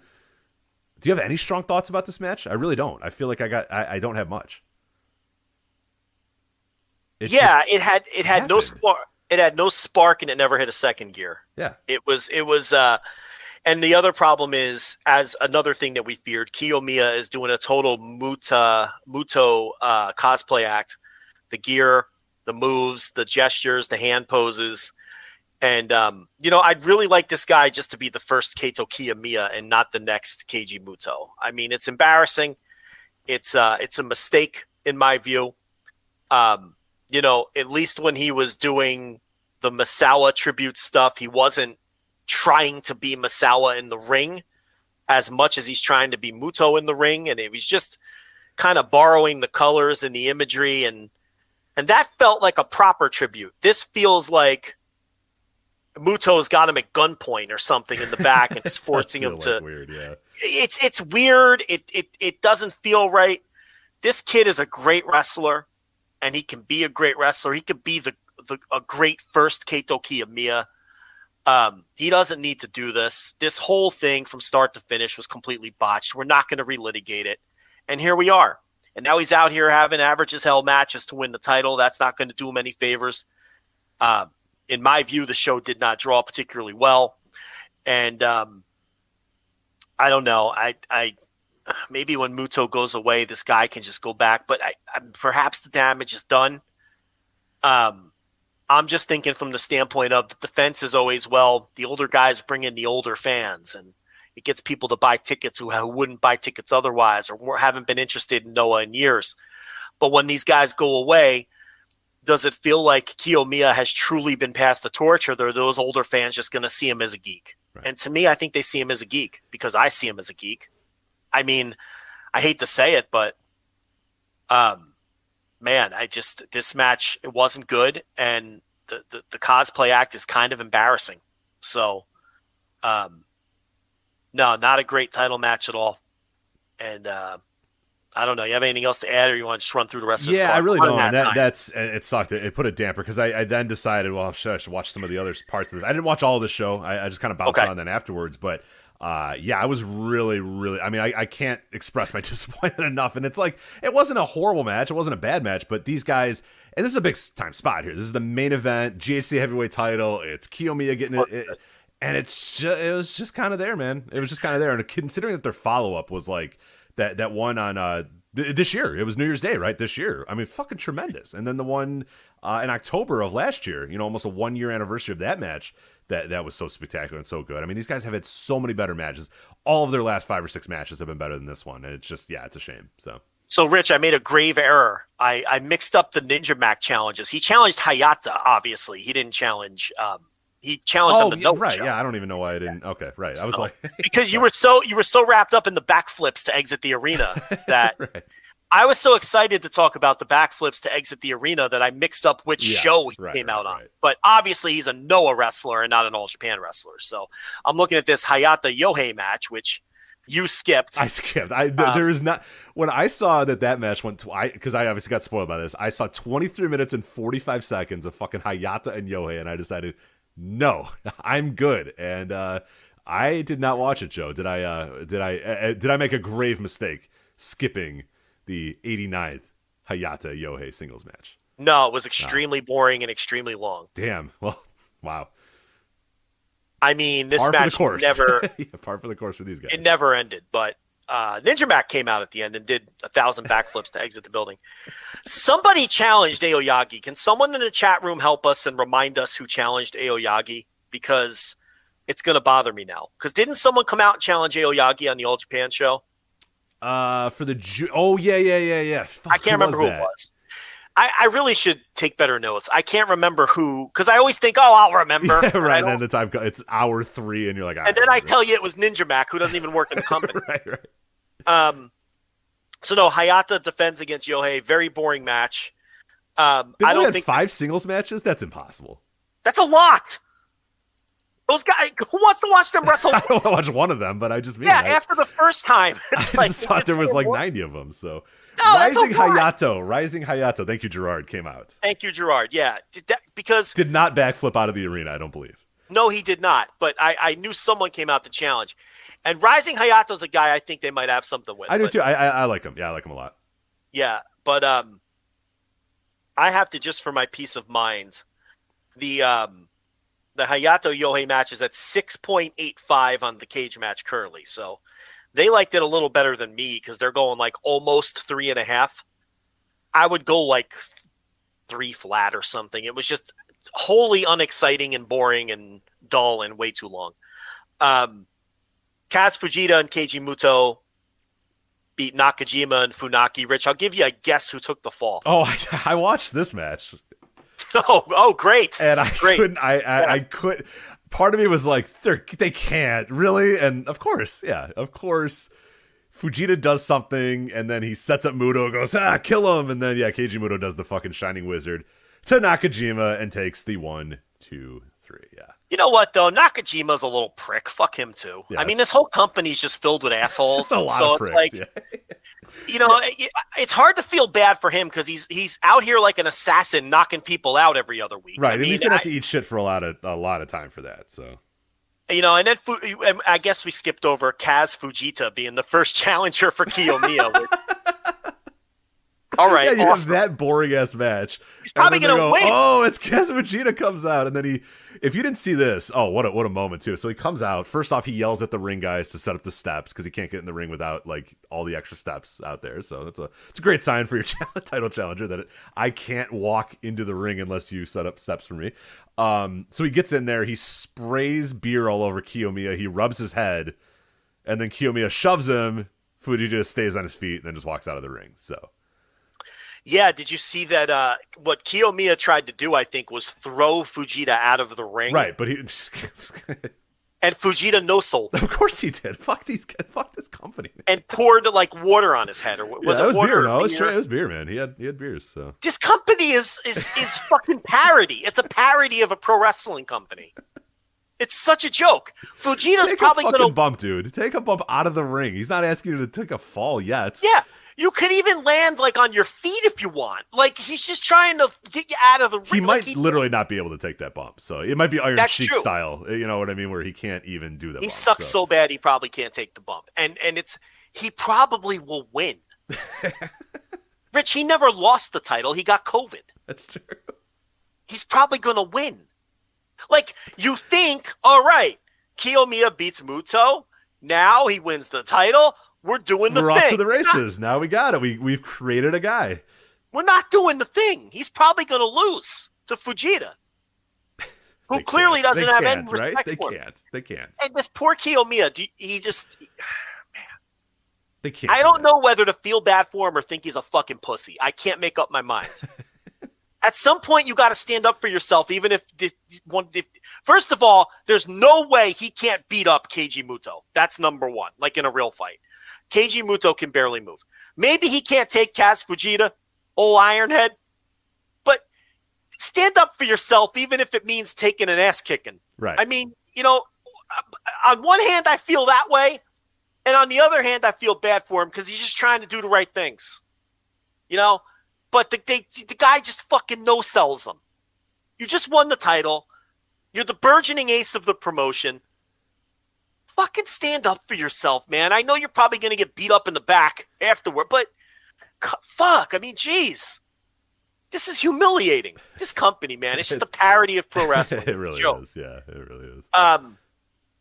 So you think we're off to the races, too, with Hideki Suzuki and Tim Thatcher.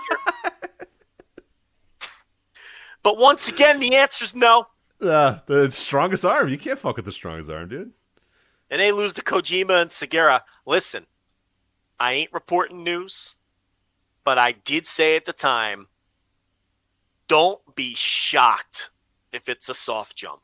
I don't know if this dude's ever coming back to New Japan. Now, look, for all I know, he's booked. He'll be booked on the next tour. I'm not reporting news. Right. I'll just say if I was him, I wouldn't.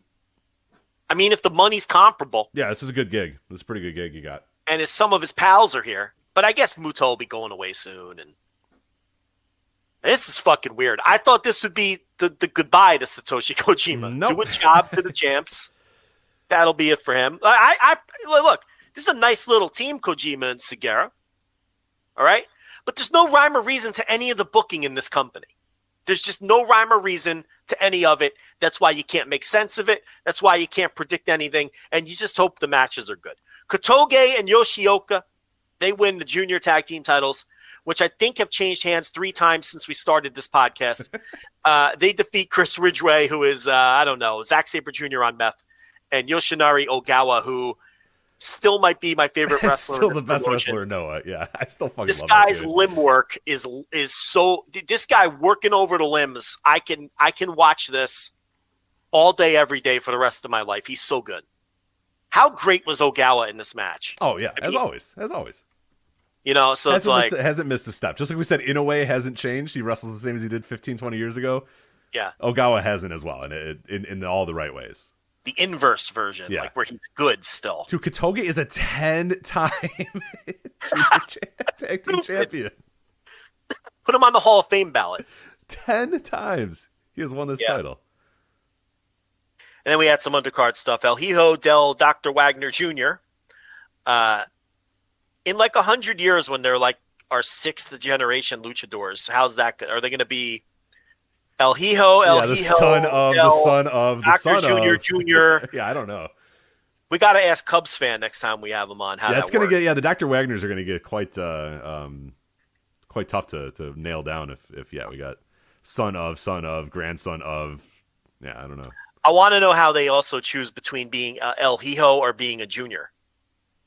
What the term? He gets to be both. Yeah. Well, he gets to be both because he's El Hijo's son. No, I know, but like, at what point does the line has to break at some point? That's what I mean. What's going to happen like when he has a kid? Right. Anyway, he teamed with Jack Morris and Naomichi Marufuji. They defeat Inaba, Masaki Mochizuki, and Masato Tanaka. Jack Morris scores the pin. They like this Jack Morris. They love Jack Morris. I like it too. They were solid. He's solid. Yeah, I mean, he looks good. He wrestles good. He had the 10-inning shutout over the Braves, so they like a lot of things about this guy, and he's getting a little pusheroo. Alejandro, Extreme Tiger, and Ninja Mac defeat Hajime Ohara. High 69. Remember, he lost his name. He's got to go back to being Haruki. And Tadasuke. So Tadasuke fucking sucks. I'm glad when he leaves. So much. Dude, if I took over Noah, half these dudes are just gone. Hit the brakes. Right. Go slum it up and fucking burst. Go to burst. Yeah, go heat up. Burst. Fucking heat up or something. Masa Kitamiya. I have to say, I was at an Inspire Pro Wrestling show in like 2013. Shout out Biss. And they did They did remember the old Chikara gimmick where they pick names out of a hat?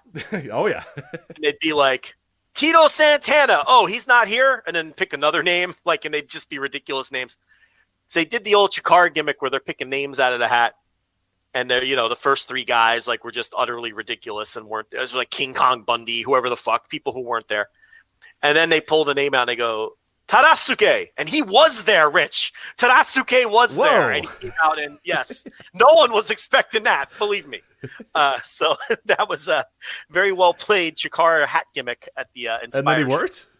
Yeah, he was there. He wrestled the match. He was there. Yeah, fucking, I don't know. I think he was on one of his excursions where I think he was actually working Chikara at that time, if I'm not mistaken. But he was actually there. Masa Kitamiya and Yoshiki Inamura defeat the Funky Express.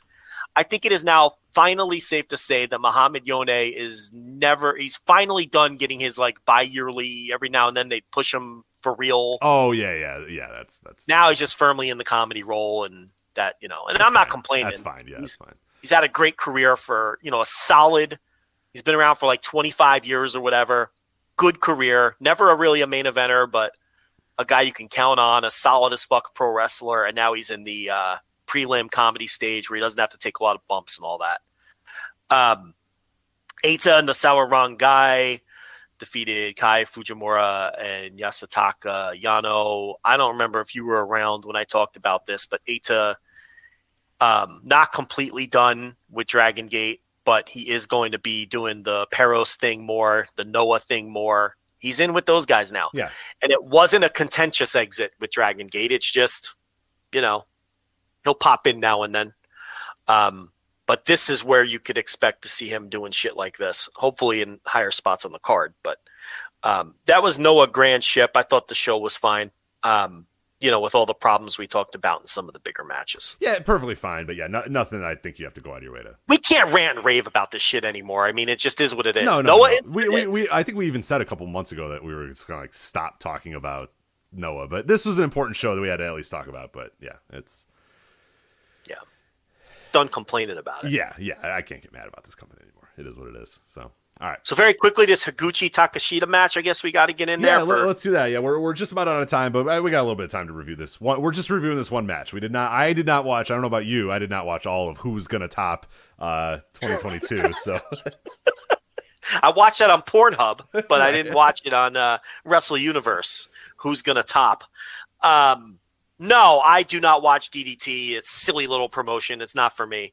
But if you tell me Kazusada Higuchi and Konosuke Takeshita are going to have a big-time title match, I will parachute in for that and just watch it from that perspective. And I thought this was fucking great. So, yeah, these are two dudes. When we talk about dumb jock wrestling and guys that just go out the kind of wrestling that we say is missing these days, where guys just go out there and they just fuck. It's just two dumb as fuck dudes just beating the hell out of each other just to prove that they're stronger than the other guy for no reason, just to prove it. You know what I mean? They just want to prove to you that they are stronger and better than the other guy. So they just go out there and kill one another to do so. Obviously the title's on the line as well, so that makes an important part of it too. But yeah, they just went out there and quite literally beat the fuck out of each other for, I think it was, I don't know I forget what the time was on the match. It didn't go over 20. I think. Somewhere over 20, but not it wasn't like it was 40 minutes or whatever, but I thought great length, flew by. I mean, there's a lot of spots that people brought up that, I mean, there's one spot where Higuchi hits the corner posts with his head and it makes So Takeshita, he's got him by the arms and they're on opposite sides of the corner post on the outside, and he yanks him forward so Higuchi smashes his face into the post, but then Higuchi no-sold it. And the crowd kind of so it made a sound with this head, like the Nigel McGuinness spot. And everyone's just oh, and then all of a sudden you're oh fuck, and then he just he starts blinking a little bit, and then he just gets up and goes and you're just yes, fuck so yes. Good. I love it. He just roars, and then he just goes at it, and then they just beat the fuck out of each other for a bunch. I mean, Takeshita he's been tremendous this year, and in any other a non Will Osprey year, he might be my guy for Wrestler of the Year. I mean, I've just loved everything I've seen from this guy, and he's appointment television, and I'm going to do that the rest of the year. If he's sticking around in DDT for the rest of the year, whatever he's going to do, whatever he's going to do, I'm watching it. I'm watching. He's coming back to America. Is that like now or soon? Yeah, Hell he's done. He's coming back. Fuck so yeah. All right. And Tony better give him some wins this time around. Yeah, Tony, come on, man. I understand so this will be his third run with AEW. The first one he never got on TV. He just worked the YouTube shows and the house show and did his little angle with Kenny Omega where Omega was the heel and he was the face and that kind of deal. I get that, because he was only going to be there a couple weeks. The second run, the most recent run, he got over in defeat. He got over by never winning. Like, he only beat jobbers on Dark. He lost all of his matches on TV, but he got over in doing so. That tells you have something. And I still would have had him score a big win at some point, but I can understand the mindset of not having him do so until you bring him back for the third run. This third run, you've got to have him start winning some matches, and you got to push him. Yeah, he got over. The crowd connected with him. I had even friends that don't watch any Japanese wrestling, that were like, that guy fucking rocks. Like that, I love, you know what I mean? Like casual-ish fans that just absolutely adored this guy. So yeah, now's the time. Now is the time to do it with him. Got to push him. Yeah. So you got him over. He's going to come back. People are going to remember him. It's time to do some things with him. But as far as this match goes, this was the best match this was the best match out of the 4 main events we talked about in Japan. Oh yeah. It was easily better than the All Japan and Noah main events, easily. And I thought it was better than the Will Osprey David Finley match as well. This was I went 4.5 on it. Just shy of sort of match of the year level is where I would personally put it. But not far off. And just my kind of pro wrestling, and it adds to Takeshita's Wrestler of the Year case for sure, because now he's got great matches in Japan and AEW all across the American Indies. He's really having a breakthrough year in terms of worldwide, because we know he's a multi-time, version of their world champion in DDT, of course. But this is his breakthrough year worldwide, where he's really making a name for himself with fans all over the world. No, absolutely. This is a match. Go out of your way to check this out. Another guy I feel like we've been watching for 30 years, and he's probably like 28. Oh, Higuchi? No, Takeshita. Oh, Takeshita. Yeah. Oh, yeah. No, he might. Yeah. Is he under? He might be under 30. I don't think he's 30.